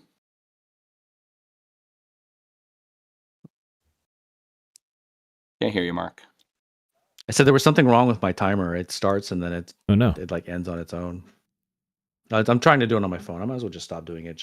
I kind of wanted to know what the time was without John telling me what it was. I forget sometimes, so it's good that you're paying attention. Anytime I need to see a face, just close my eyes and I'm taken to a place with your crystal mind. A magenta feelings take up shelter in the base of my spine. Sweet like a chicken cherry. Next topic. I was wondering if you were gonna put that in. Amazing. It's a good one. So, Mark, you know this I is almost coming. Sorry. But I do actually want to talk about the Knicks this week. Still a top-tier team. Surprise! The New York Knicks are navigating through a marathon season and a month of poorly timed injuries. They recently pulled off a deadline move to acquire Jose Alvarado, a gritty Brooklyn-born guard who is averaging 7.9 points, 3.1 assists, and 3 rebounds a game with the Pelicans this year, and brings defensive intensity and energy to a team that really does need it. The trade was in response to an injury to sixth man Miles Deuce McBride, who was diagnosed with a core muscle injury and slated for surgery, which could potentially keep him out until the playoffs.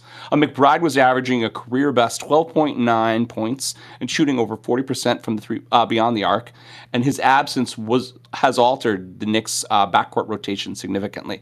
So the thing I want to talk about, though, is how to evaluate Knicks president and GM Leon Rose's handling of this situation, starting from how McBride's injury was communicated and managed, to how the Knicks pivoted to Alvarado, and does this point to smart roster construction and depth planning under pressure, or do you think they could have handled the Miles McBride situation differently?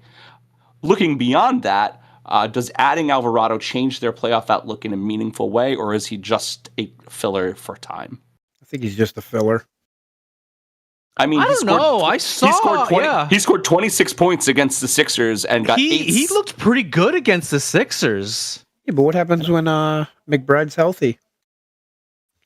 Well, I think sound like that's going to happen. Listen, I think that besides the fact that he might not be healthy, core muscle injuries are serious, and surgery, and we're mid-season now, is a thing that is going to impact the team. But and this is something that the Knicks weren't very good at: hustle defense. And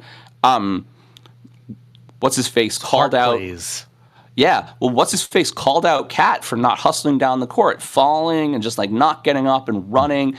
All that Jose Alvarado does is run. That's all he does. I was telling this to Pete because he doesn't know ball, but they call him GTA, right? Grand Theft Alvarado, and he does I love this. that name, by the way. He does this thing where he sneaks up on people. He buried himself on the wing on the Sixers game for the inbounds pass because he tries to hide, and then he'll run up behind the guard and he'll try to pop the ball out, and it happens kind of a lot. So I am a really big Jose Alvarado fan. I'm really psyched he's on the Knicks because he's a New York City kid. Probably his dream to be on the Knicks, so that's really cool. They lost a tough one against the shitty ass Pacers yesterday. They did. In overtime. It was before the day before the Sixers. I think he's a great fit for the Knicks though, and even if sorry, I forget. I'm blanking on the sixth man you said. McBride. Even if McBride comes back, I think he's still fine. I think he still fits in that system, and you always need that hustle guy. The 2008 Celtics. I mean, they had the big three and they had Rajon Rondo, but the number one person that I think really won them the championship was Leon Poe. And you ask a lot of the old school Celtics fans, everyone knows who Leon Poe is, and he gets the biggest ovation when he attends Celtics games and whatnot. He was that energy guy. Okay, he was that guy that he brought the energy to the floor, and everyone wanted to just play a little harder because of it. Marcus Smart used to be that for the Celtics as well. In the 22 year when they were in the finals against the Warriors, I mean, he was the heart and soul of that team, even though he wasn't the big superstar. So I always loved those kinds, like Brian Scalabrine, another one that's always brought energy to everyone. So I bring up Leon Rose specifically because before I heard about the Alvarado trade, I didn't even know how badly McBride was injured. He missed 2 games, but he kept the whole thing really quiet.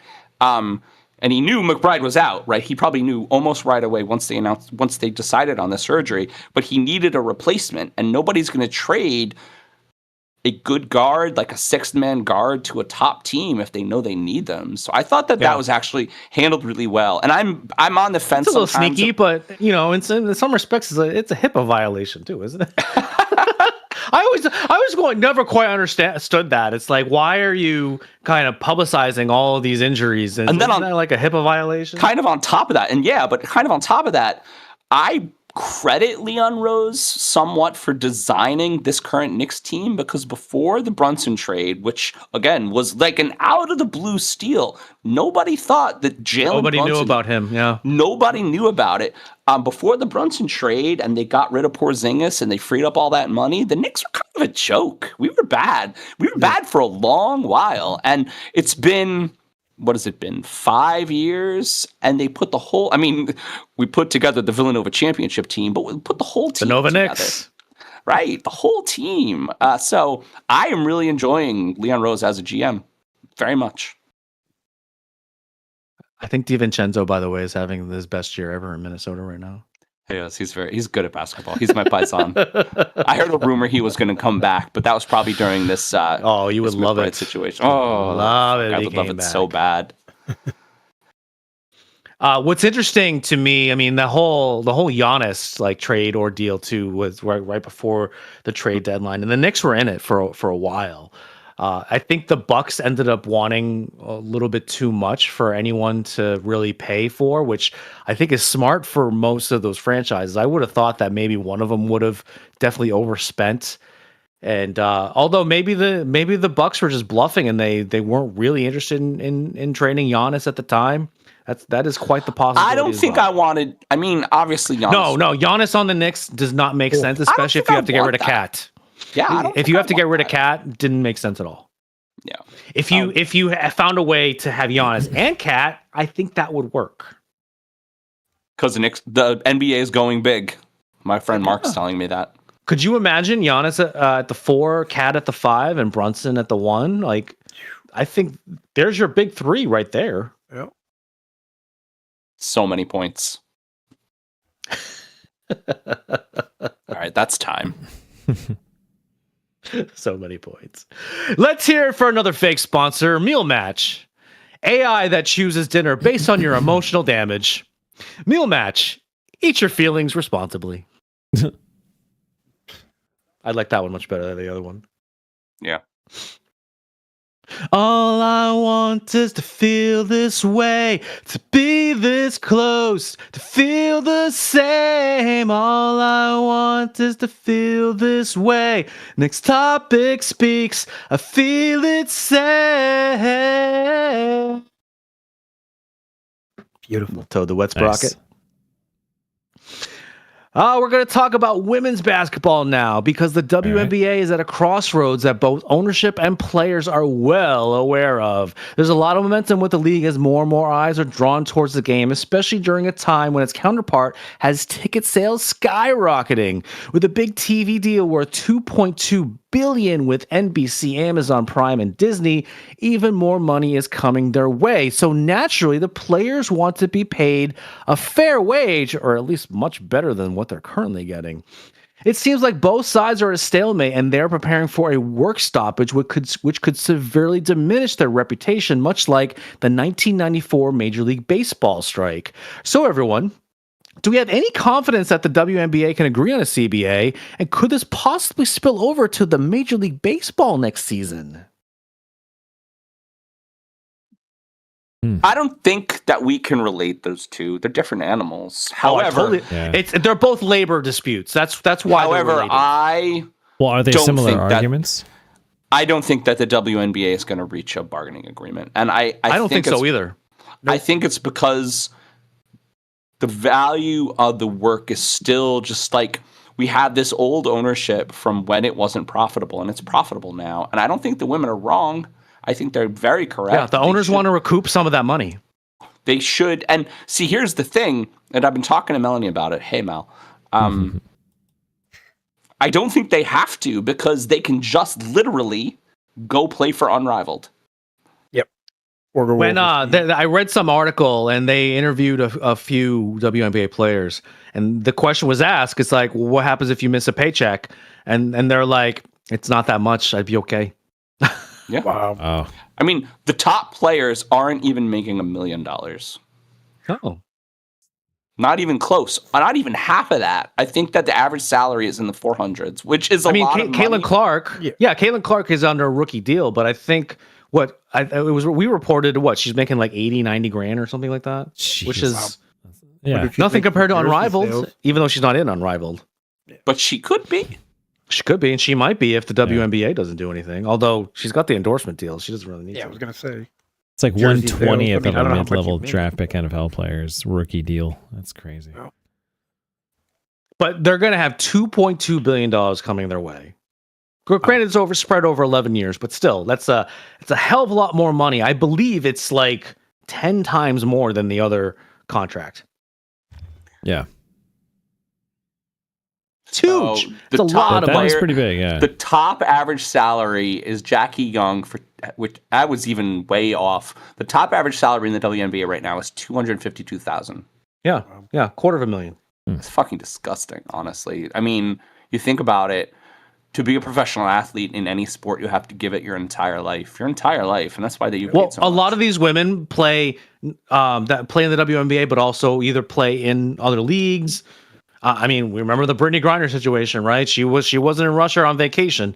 She was there. She was playing for a team at the time. Mm-hmm.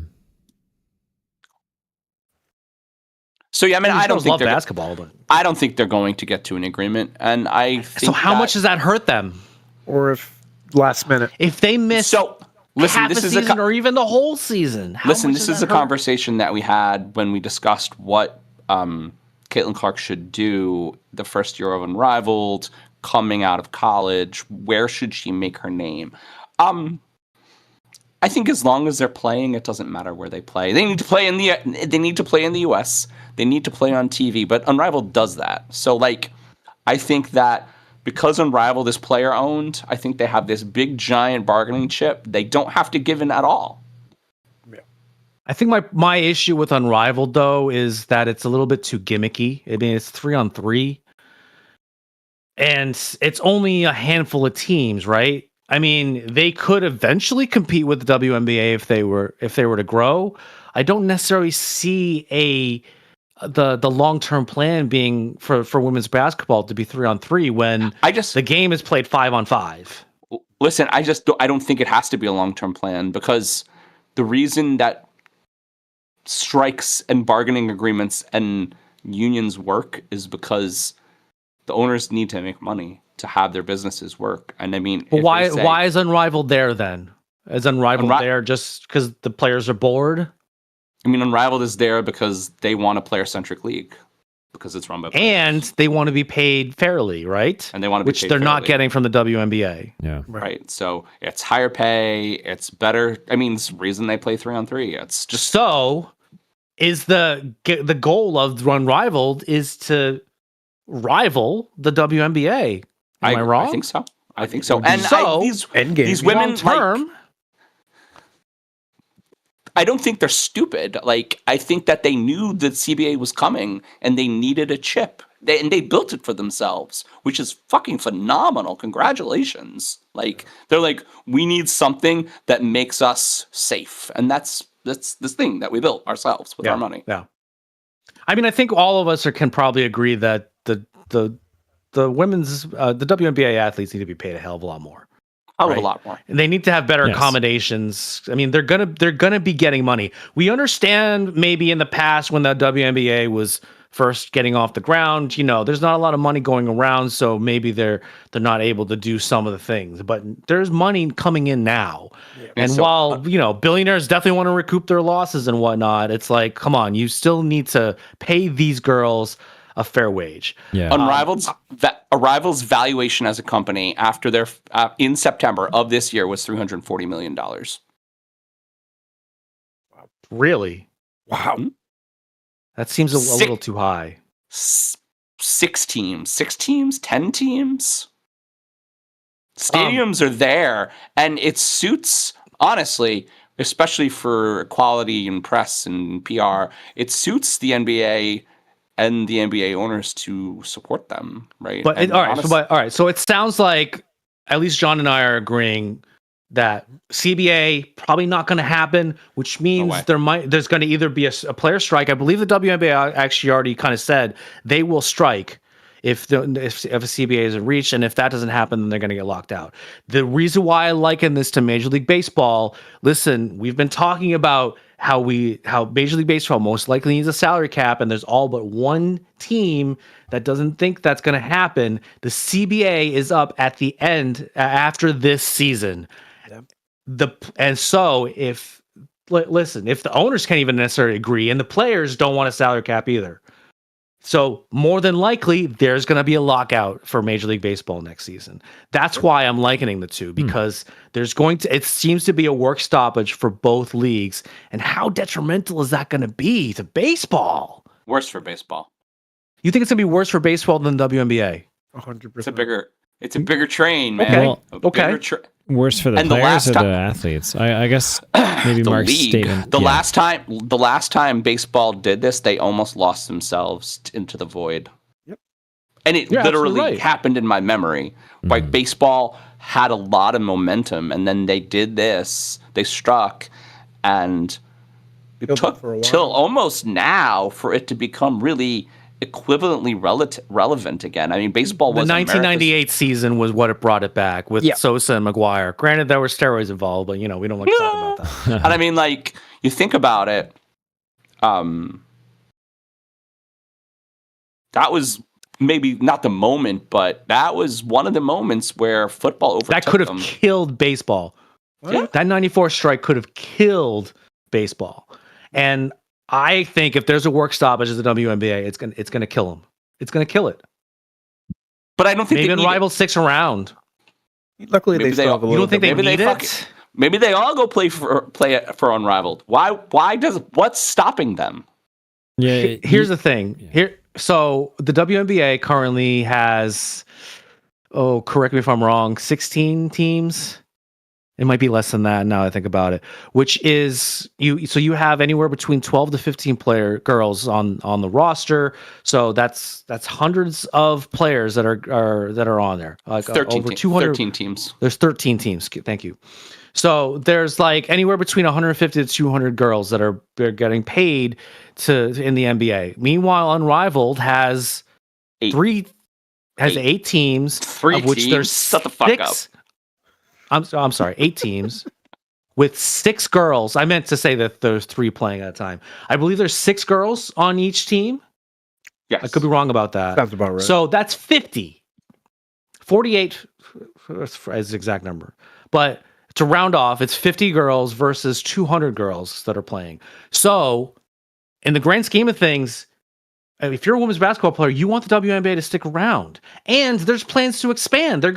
They just put one in Golden State, or California, excuse me. But again, They're about Mark, to it's put not one in forever. Toronto, and I think the WNBA is going to expand into probably upwards of 20 teams in the not so distant future. So you want to keep that momentum. A work stoppage is going to kill all that momentum.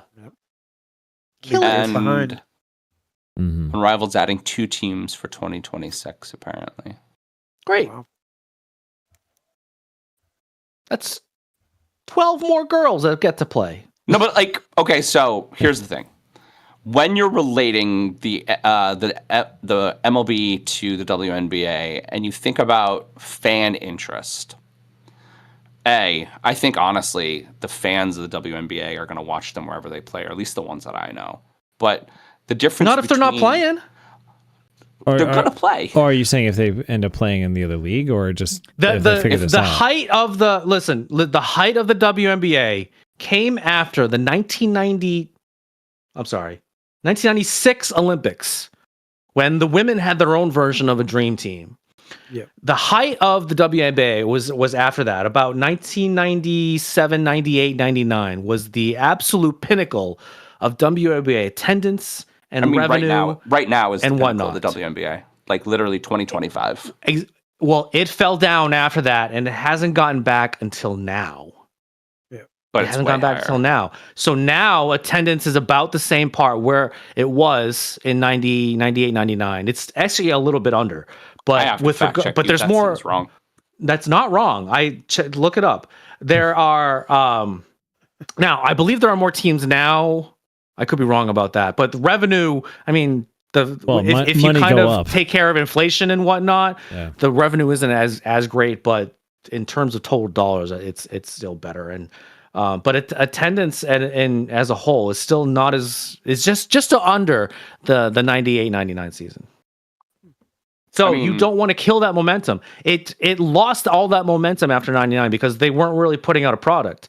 The level of talent that was out there was not as good as it Average is attendance today. in 97, 98 was 11,000. Average attendance in 2025 is 18,000. So I was like, that sounds wrong. It's wrong.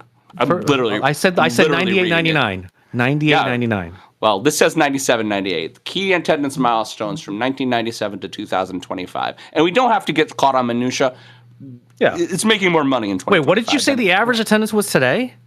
It was 18,000 in 2025. That can't be. That can't be. Some of these, the Connecticut Sun don't even play in an arena that holds that many people. But the Valkyries do. And the Connecticut Sun are small. That's a small arena. They're still a WNBA franchise. All right, yeah. We're not going to get caught in the minutia. But in Chicago, sometimes they play at the United Center. I mean, that's pretty big. Or Minnesota plays in the. Let's Target see. Center. The Mystics hold 20,000. Washington's holds 20,000 people. The Fever plays in a giant stadium. Oh yeah. Yeah. Well, they Fever, I'm play sure, in the pack same out. one as the Pacers. Yeah. Oh, they do. The Liberty had 340,000 total fans this season My work laptop just got blue screen error. versus 250,000 2001. Anyway, the thing is, they have momentum. They are making the most money than they ever have. This is the time in collective bargaining where they should get as much money as they can. Pete, But what happens if there's a work stoppage? Pete, buddy, you've turned me into without a doubt, there's gonna be work stoppage. an absolute liberal, Pete. I have been arguing liberal topics literally all day with people. You did it, man. Congratulations. I don't know how much credit I can take, but I'd like to All thank the credit, Pete. It's you. Academy and I'd like to thank the country going to absolute shit. Yeah, that was the thing. That was the thing. Might have, all the that might have helped fireballs. a little bit. Well, I'm like, wow, the fireballs are real bad. Yeah. This is fine. I think the TLDR, because we're out of time, is that this is the time where they have to make the money, and if they don't do it now, they're never going to do it. All right, but again, what if there's a work stoppage? Is that going to be a detriment to the league? What if there's a work stoppage for the owners? It's the reason people strike, Mark. They strike to make money. It's the time to make money right now when they're making the most money. I think it's going to kill the league. It's going to kill the league. It's going to kill the league. I think that the owners are going to fold because they know how much money they're going to lose. Because you said it, there's a $2 billion TV deal in the wings. I do hope that's. I hope that's the case where the owners have to. They have to cave. Acquiesce, The owners have to cave. It's right now. This is the moment. Don't let it pass you by, and we're out of time. So I probably would have broken into that Eminem song. I was just Opportunity thinking comes that. once in a lifetime. Yeah. The moment. It's the start of next topic as we know it. Yeah, it's the start of next topic as we know it. It's the start of next topic as we know it. And I feel fine. I feel fine. We're going to leave the best one for last. So we're going to get to something completely different. The largest Western AI labs are taking a break from competition and partnering on a new startup accelerator program, building applications on top of their models. Paris-based incubator Station F will run the program named FAI on Tuesday. Station F announced the partnership with Meta, Microsoft, Google, Anthropic, OpenAI, and Mistral, which marks the first time the firms are all working together on the AI front. Other partners include AWS, AMD, and Qualcomm. So literally, everyone. The purpose of the purpose of the accelerator is to essentially get the European AI market up to speed and making revenue as fast as possible. So what do we think about the sudden partnership? Are they just trying to increase their overall profitability and that of the AI market, or do we think it's a sign of the coming work, realizing how important AI is to humanity as a whole? So, good idea, bad idea. If you think this is for humanity as a whole, then I got a bridge to sell you. I mean, the idealist in me loves the fact that they're all working together because they need to get this right. Like, there's a lot of technology out there with AI in it, and there's also a lot of people just using it wrong. And I don't necessarily know if that's just because. Well, listen, I want to. Are you saying wrong morally, or they're literally not pressing the right buttons or putting? They're not the right using prompts? it correctly. Okay. I want to level set. The purpose of an accelerator, as an institution, is to accelerate industry, and so they're literally taking startup companies in Europe and they're saying, "Come to us. We'll teach you how AI works. We'll lend you models. We'll give you things." This is how you make an AI business. And we're the guys who have made AI businesses. So you should listen to us because we have money. So this is not people necessarily using it wrong. This is American industry supporting European AI, European AI growth for reasons. And I think the reasons are the thing we should discuss, right? Yeah. Data acquisition of individuals to drive more money and profits. The cynic in me is like, So is money. what is their true motivation in doing something like this? Data sales. Of course, personal data sales. There's the one. They don't have data is the only thing that's worth money at all anymore. Data. It's crazy, isn't it? Yeah. How many times a person shits? Like what they had for breakfast, like what color their fucking shoes are, like what do they talk about in their houses? My phone knows how many times I play on my phone every time I take a dump. There you go. Right. Somebody finds that data incredibly useful. This is what happened when Google bought Nest. Google was like, we have all this data, but we don't know what temperature you set your home to in the mornings or when you're home and when you're not. And now we do. Yeah. Every decision is for a reason, and everyone is backed by maximizing profitability empirically. And so I think, Pete, you nailed it. I think it's for insight in the European market and for data that they don't yet have. Definitely. But it's interesting that they're kind of partnered together to do this, right? Yeah, I guess it's a question of, I mean, sure, there are going to be enough small companies that are going to be desperate enough for a handout, right? And any help they can get, and I mean that's like, not. Why partner in this as opposed to doing this on your own? Because I'm sure they're all sharing information. The paranoid person who's watched too many sci-fi movies remembers that this is the part in the movie where all the biggest companies come together and all the smartest people come together to solve a really big problem, like an asteroid. Or aliens. So is it that? I think it's more what Arnold said. In the panic, they tried to pull the plug.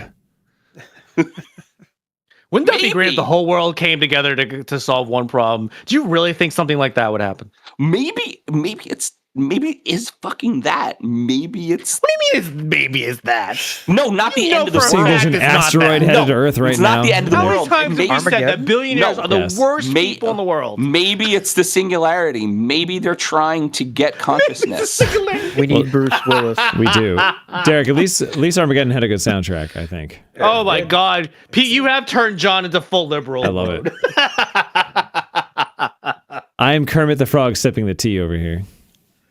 But I mean, it's weird, right? It's weird. Exactly. Derek. And we can say it's because of money. Probably is. We can say it's because of. Probably is. It definitely. That's all it is. Profit. But why? Profit. Pete, I think that Mark's point is valid when you say that. Why together?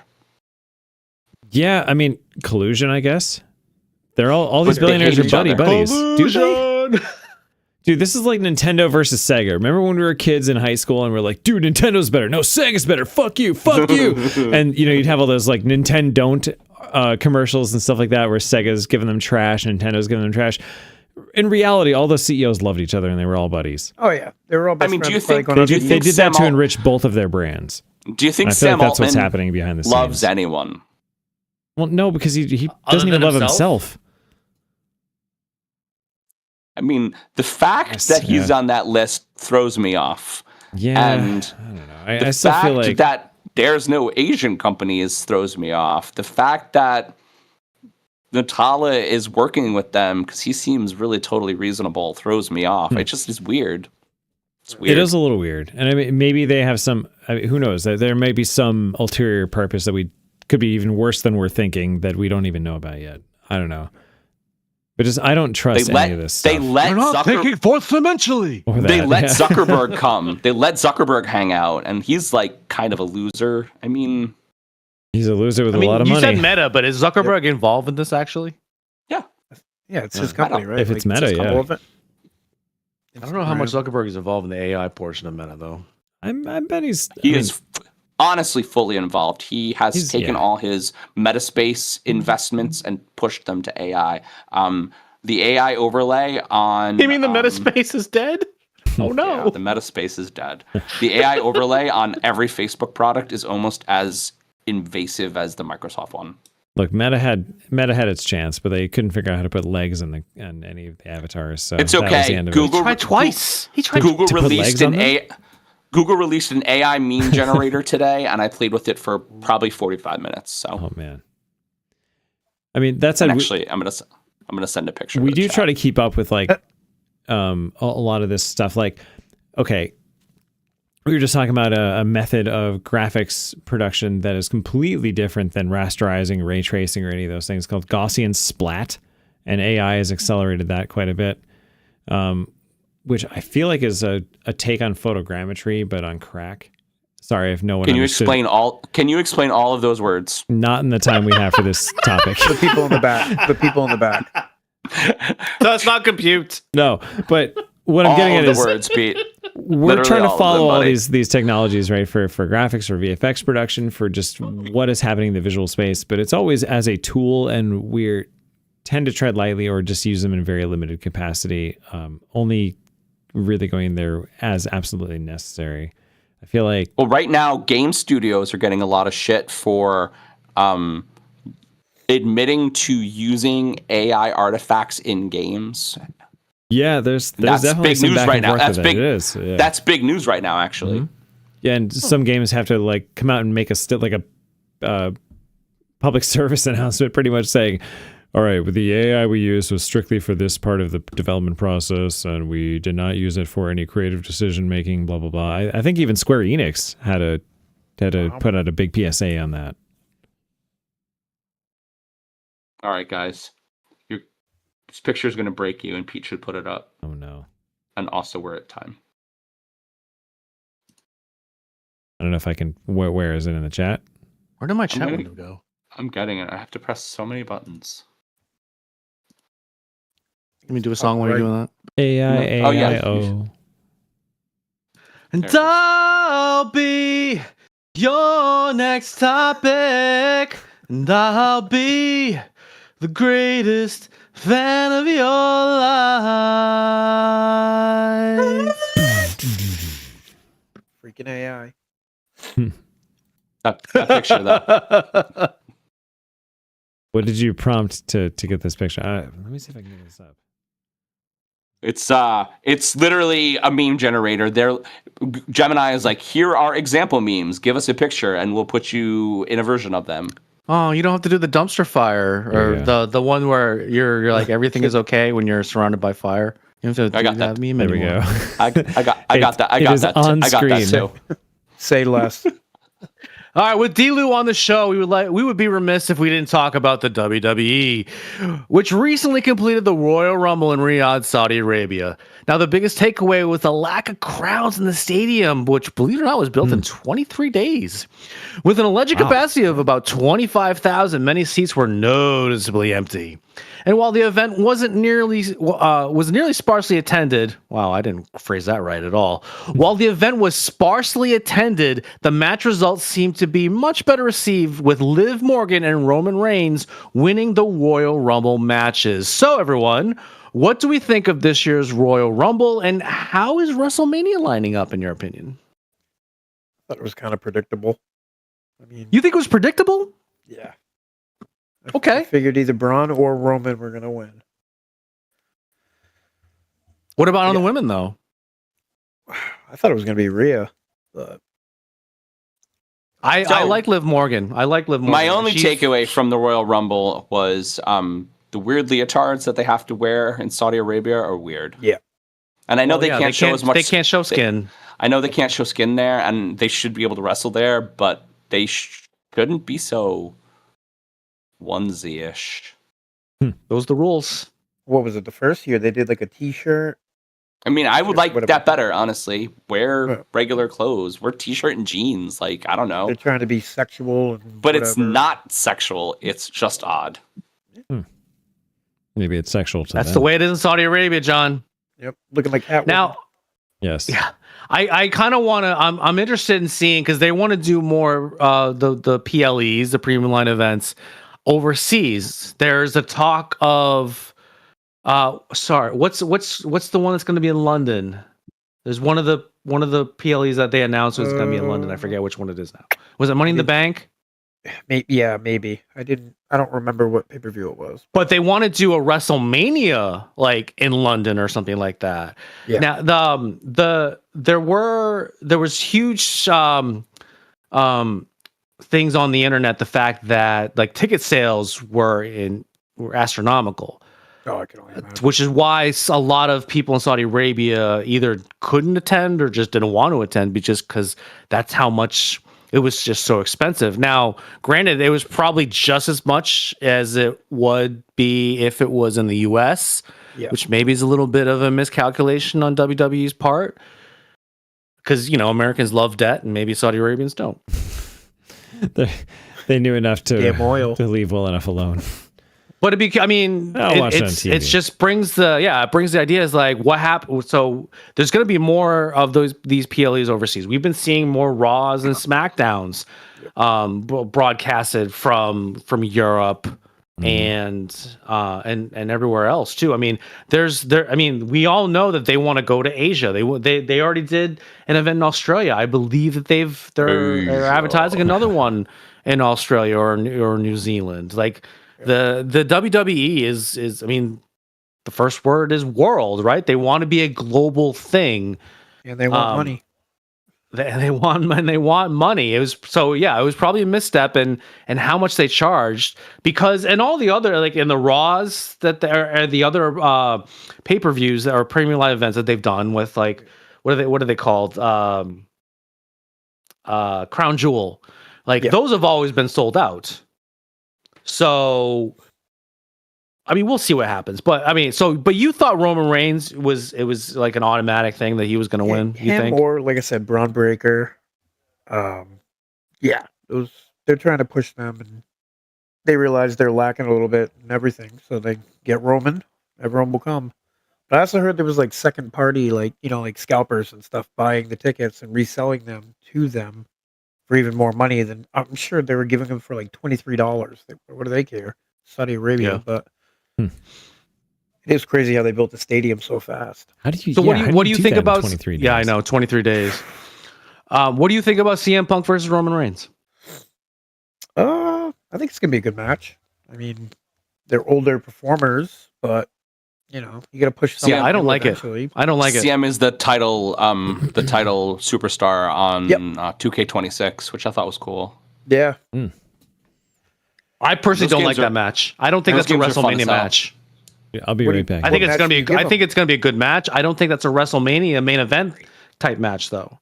Probably night one. Night two will It's going to be curious to see what Liv Morgan does. I think she's going to be the champion regardless of who she picks. Who does she I've pick, been though? completely underwhelmed with Jade Cargill's championship. Or we lost Pete. I just saw. I've been completely underwhelmed with Jade Cargill's championship reign just because she hasn't faced anyone. She's just like I love the whole gimmick. It's like I'm that bitch. Yeah. It's like that's great, but all of the quality women that should be facing her for the title are in the tag team division right now. They're pushing that hard right now. Yeah, whatever that's reason. one thing that Triple H is trying to do. He's trying to build up that tag team, Yeah. and it's only have- on both sides, the men and the women, really. Right. You only have so much women in each show, so facing the same people right and left. Yeah. Did you, I'm assuming you watched the Royal Rumble, right, Delu? I did, yeah. What did you think of the event as a whole? It looked awesome. Yeah, It looked awesome. Like I said, the lights in the stand. I was reading that they were saying that there were people there, which it looked like it didn't, but the lights kind of messed with it. But they have that at the Clippers' new stadium as well. Yeah, Oh, I've that been place there. is usually packed. Yeah. No, I you saw it with the lights on, and there was no one in those seats. Oh yeah. In the beginning, like I said, sorry, I think guys. No. the Towards scalpers- the end too. Yeah, I think they either. Well, I'm sure it went late. I'm sure there's obviously kids there, so they have to go to bed. But I don't know. I feel like you could have done it The somewhere live- else, but their The money live they're event, making. the modern live event is it's interesting to go to because they're very more than regular sporting events, very conscious of the TV portions of it. Yeah, they don't. Yeah, and it's And there's a- long. I'm sure It's long, and there's like parts they don't show. Right. Then they're like, "Oh, we're on Commercials. TV break," and they announce it. And there's these big long commercial things, and like, the show starts after the show starts. So you're like an hour in, and they're like, "Okay, the broadcast is starting." Yeah. So, was a lot of pyro. Oh, That wow, was it's cool. that different for that. yeah. It seemed pretty apparent to me that that was not a capacity filled crowd. Yep. When I was watching that show. Hey, Yeah, Mark. the beginning. There was different parts. Yeah. Hey, buddy. Do you know what time it is? Ooh, Are we done talking about this? Yeah, it's been 7 minutes. We are done talking about it. You've been 7 minutes. dude,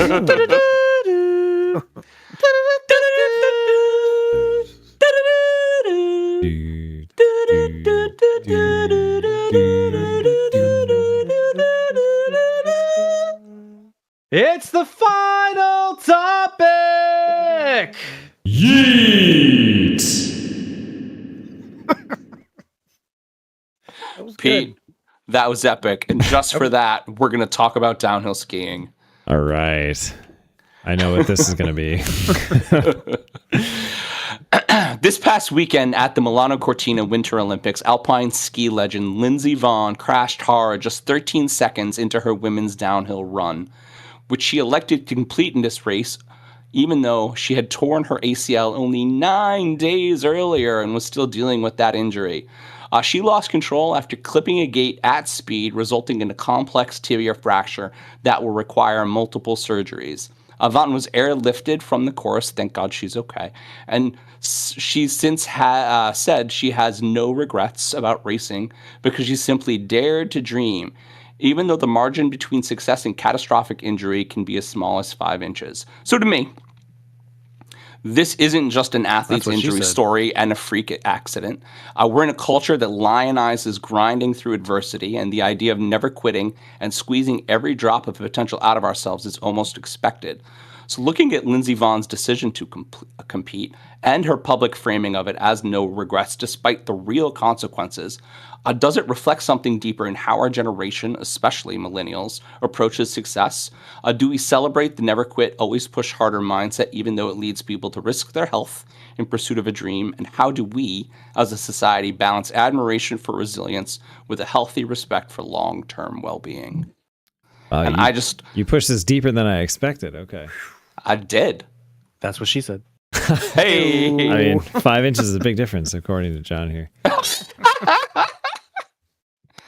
Sorry. So, Pete, I guess not we'll to start. make light of this. This is a pretty serious And subject. we have I'm sorry. already had this conversation, and we definitely disagree. But just to start, Mm-hmm. Pete has told me, and he definitely knows more about skiing than I have never skied before, and I've definitely not done any dangerous think. I mean, I broke my shoulder the only time I went down a big hill, right? So like That was a massive Those goddamn error commentaries. that caused that shoulder break. now, Away. here's the thing.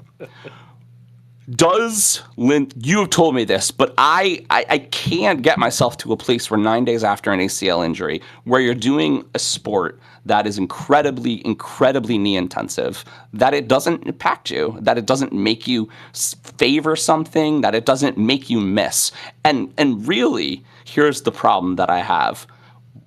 Lindsey Vonn is already a gold medal athlete and an Olympic champion. And doing it at 36, No, with she's a like torn 41. 41. doing it at 41 with a torn ACL just seems reckless. It seems reckless to me. We may think that. So most human beings have kind of a governor on their ability to go absolute 100% in the effort of self-preservation. These athletes, the reason they're so good is because they just don't have that. We can't really get into the mind of people like Lindsey Vonn because we will never ever understand how someone like that thinks. And I mean, Maybe yes, you don't understand it. does it come across to us as reckless and maybe even wasteful in a way? I mean, have you seen some of the pictures of the contraptions they have to stabilize her leg right now while they're waiting for swelling and chance of infection to go down before they can even put an internal stabilization plate in there? It's nuts. I mean, it's insane. It's an insane injury. It looks like an entire erector set is built around her leg right now in the hospital. It's crazy. And that's after surgery number 3. On a mountain like that, how fast was she going?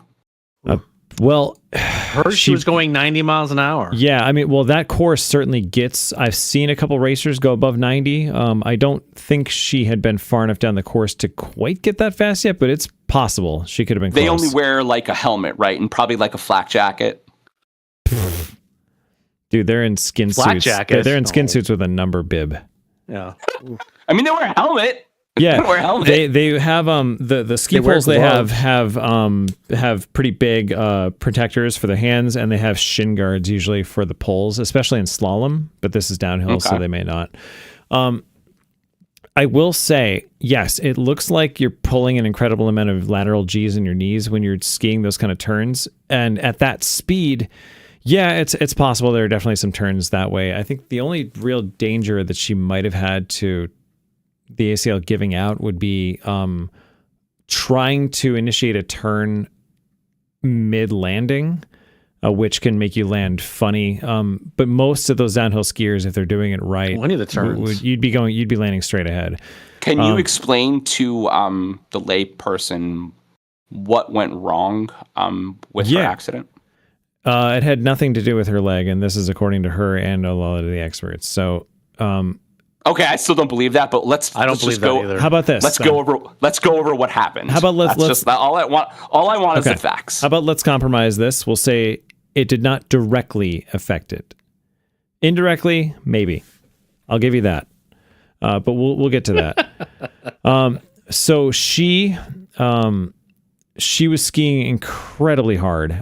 So if there was any question as to whether or not Yeah, she was. okay.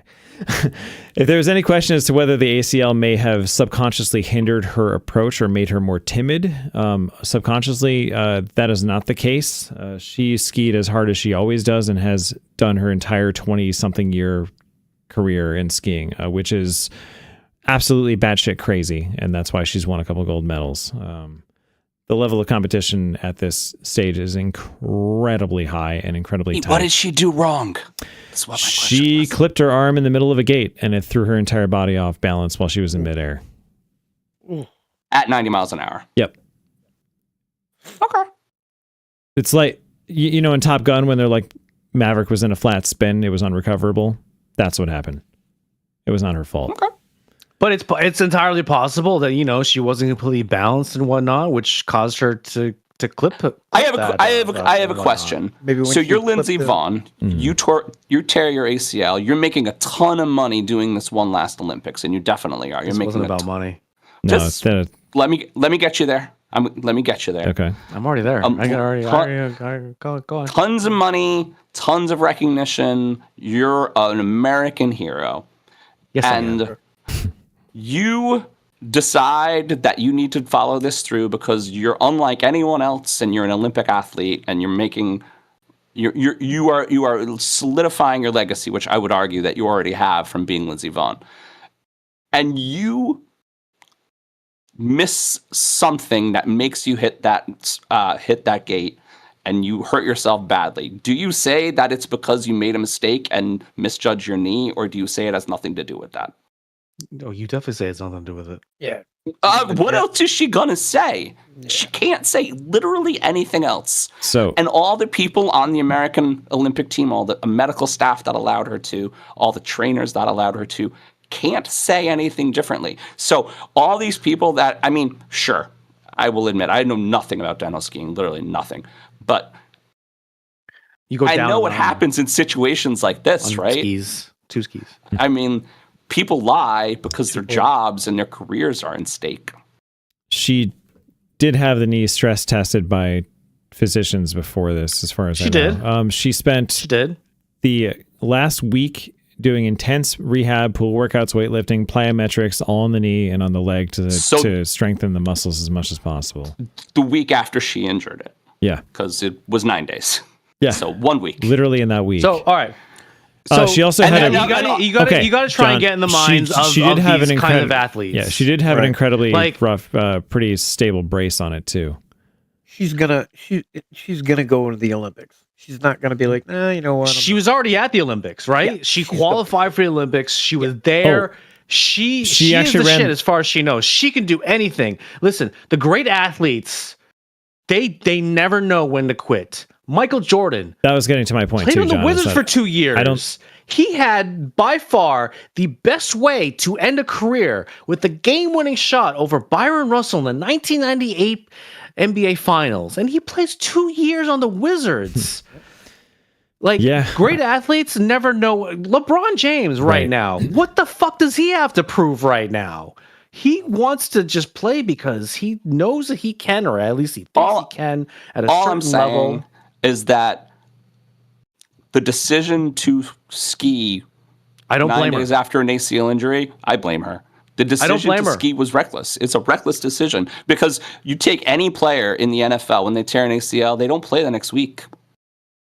None of them do. Not one. They're not allowed. They don't. You're not wrong. But keep in mind, she did go through whatever series of tests, and skiing is different. Okay, skiing is way different forces in your knee than football is. For one, and keep in mind, listen, you're already there. What do you just and you need to prove to yourself that you can do it. She also ran that course on said torn ACL a ton of times leading up to the event, and was the third fastest woman in that field in a week. Yeah. Yes. Literally. How much can it be? I don't believe it was a full tear. This is literally I could be wrong. Exactly the thing that Gabby Douglas argued about and sat out of the Olympics about. The need to compete is too much pressure. It's too much pressure. How old was Gabby compared to Lindsey Vonn, though? Also, that's a different person. This was probably Lindsey Vonn's last chance to be in the Olympics. Well, now she's never going to Now she's never going to 45. Well, now she's never going to ski again. She'll ski again. Those people don't stop, but won't be going 90. No, she's not going to be doing any more Olympic downhill runs, that's for sure. Her ski race, but here's the thing. Her ski racing career was going to be over whether she went through this completely fine and won 8 gold medals or not. It took me so long to get you fired up, Pete. The whole fucking time, the whole 5 minutes, and I finally got you fired up. I was trying to be calm about this. Look, we cannot understand the mindset of a world-class top athlete who's been at the top of their game for 20-something. Okay, except for Mark, apparently, because he's amazing. But, the rest of us mortals. Just to say obviously she's better than us, but to say the reason that she did it is because she's better than us is a cop-out. It's a cop-out. No, it's not that. That's not the reason. I'm not saying it's because she's better. That's not my reason. The reason is we can't understand her brain. Only she can, and there is... What I'm getting at that's is a there is cop-out. something. There is that competitive edge, like what Mark said. Like we don't know why Michael Jordan wouldn't just say, "All right, I'm done." Why can't a gambler with a gambling addiction quit? They say they should. They could. I can stop anytime I want. Not really. Ooh, Pete I went mean, there. that's different. He went there. Is it? Addictive personality is a completely Maybe different thing. she's That's addicted sickness. to the pressure, to the lights, to the thrill. There's a rush You're you wrong get. about that. You might. Listen, not be I wrong think about it is that. 100%. It's the reason that I frame the question like this. I think it's 100% the millennial need to succeed no matter what. I think that we drive ourselves in this current Millennial. She's society. only 4 years younger than we are. Yeah, she's a millennial. She's a We're all millennial. millennials. Yeah, she's Yeah, right I'm smack not- in the middle. I of don't- it. She's, qualify she's, myself as a she's millennial. literally a millennial. It's just I don't like qualify she's right myself there, as a yeah. millennial. Yeah, no, You I shut mean, your whore mouth. I'm there not could a be some millennial. point to that, John. Like, I mean, And how many generations are we since the greatest generation where we've had this kind of instilled in us, and it's getting worse. Like we're not We're the even the worst greatest generation. Like the pressure on Gen Z and later to like And listen, be even more. we just are the super greatest happy, generation. fine working robots. And listen, like the conversation that Gabby Douglas tried to have for sitting out of the Olympics was that the push is too hard. It's too hard. And that she was having panic attacks and the whole mental disorder wrapped around the Olympics. Maybe she's not meant to be a great athlete. She is a great athlete, though, guys. Well, I mean, is. Maybe it's- not at the it's Lindsey why- Vonn kind of It's level. why Simone Biles, pretty much had to call it in the middle of a thing. Or, Like, that's what I, Is that who that's you're what I talking think about? Simone Okay. Biles. That's what I was talking about. very different person though, and I think How? She's an Olympic athlete. Your logic says we they're don't not all the understand. same. They're not all the same people. We don't. I said we If you don't. made it all the John, way to- I if said you we made it don't all the way to understand Italy- Lindsey He Vonn. said we can't understand their brain. I said Lindsey Vonn specifically, right? But I'm saying if you 'Cause you know her hurt yourself at the personally? No, Olympics, I said I can't either. would you I'm not- pull yourself out of I'm the saying Olympics? none of us I do. wouldn't. I would not pull myself out of the Olympics. If I was there Right. and You waited someone told 4 me that I years. was good enough to run, My I would knee's okay? still do it. Yes. All right.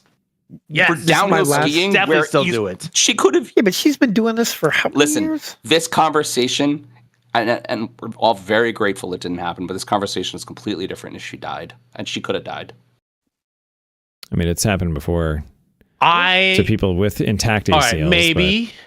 It's a I completely don't think different I would have. conversation. I don't think I would have a different opinion, but I see your point. Do you know how many people crashed in the Super G just the other day? Yeah, because of the knee injuries. We talked about it earlier. Every single person that went down, Pete, you're a the Super 12 G. or 13 Olympic athletes that all crashed in the Super G yesterday had knee injuries. We talked about. I watched a it being a knee 7-minute problem. compilation of every single one, including, by the way, the U.S. gold medal winner of the downhill.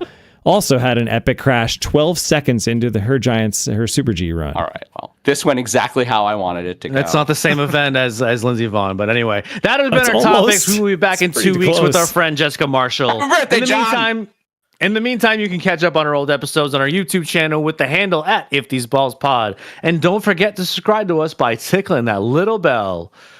We would like to thank our guests for joining us tonight. Thank you, D-Lou.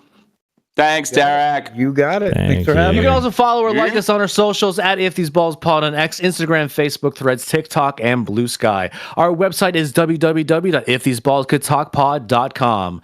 This is Mark Pesci, here for my partner John Companion, producer Pete Stephan. That's what we feel they would say. If these balls could talk. It is, in fact. You guys, we can say stuff for like 10 seconds. I was late starting the music. How many eats can you get in? We only got like 2. I'd Pete, I still still go say to the you're a Super Olympics. G. I'm still going to the Olympics. Still going. Oh my gosh. Well, you're on a Jalen Brunson now. If these balls Never. could talk,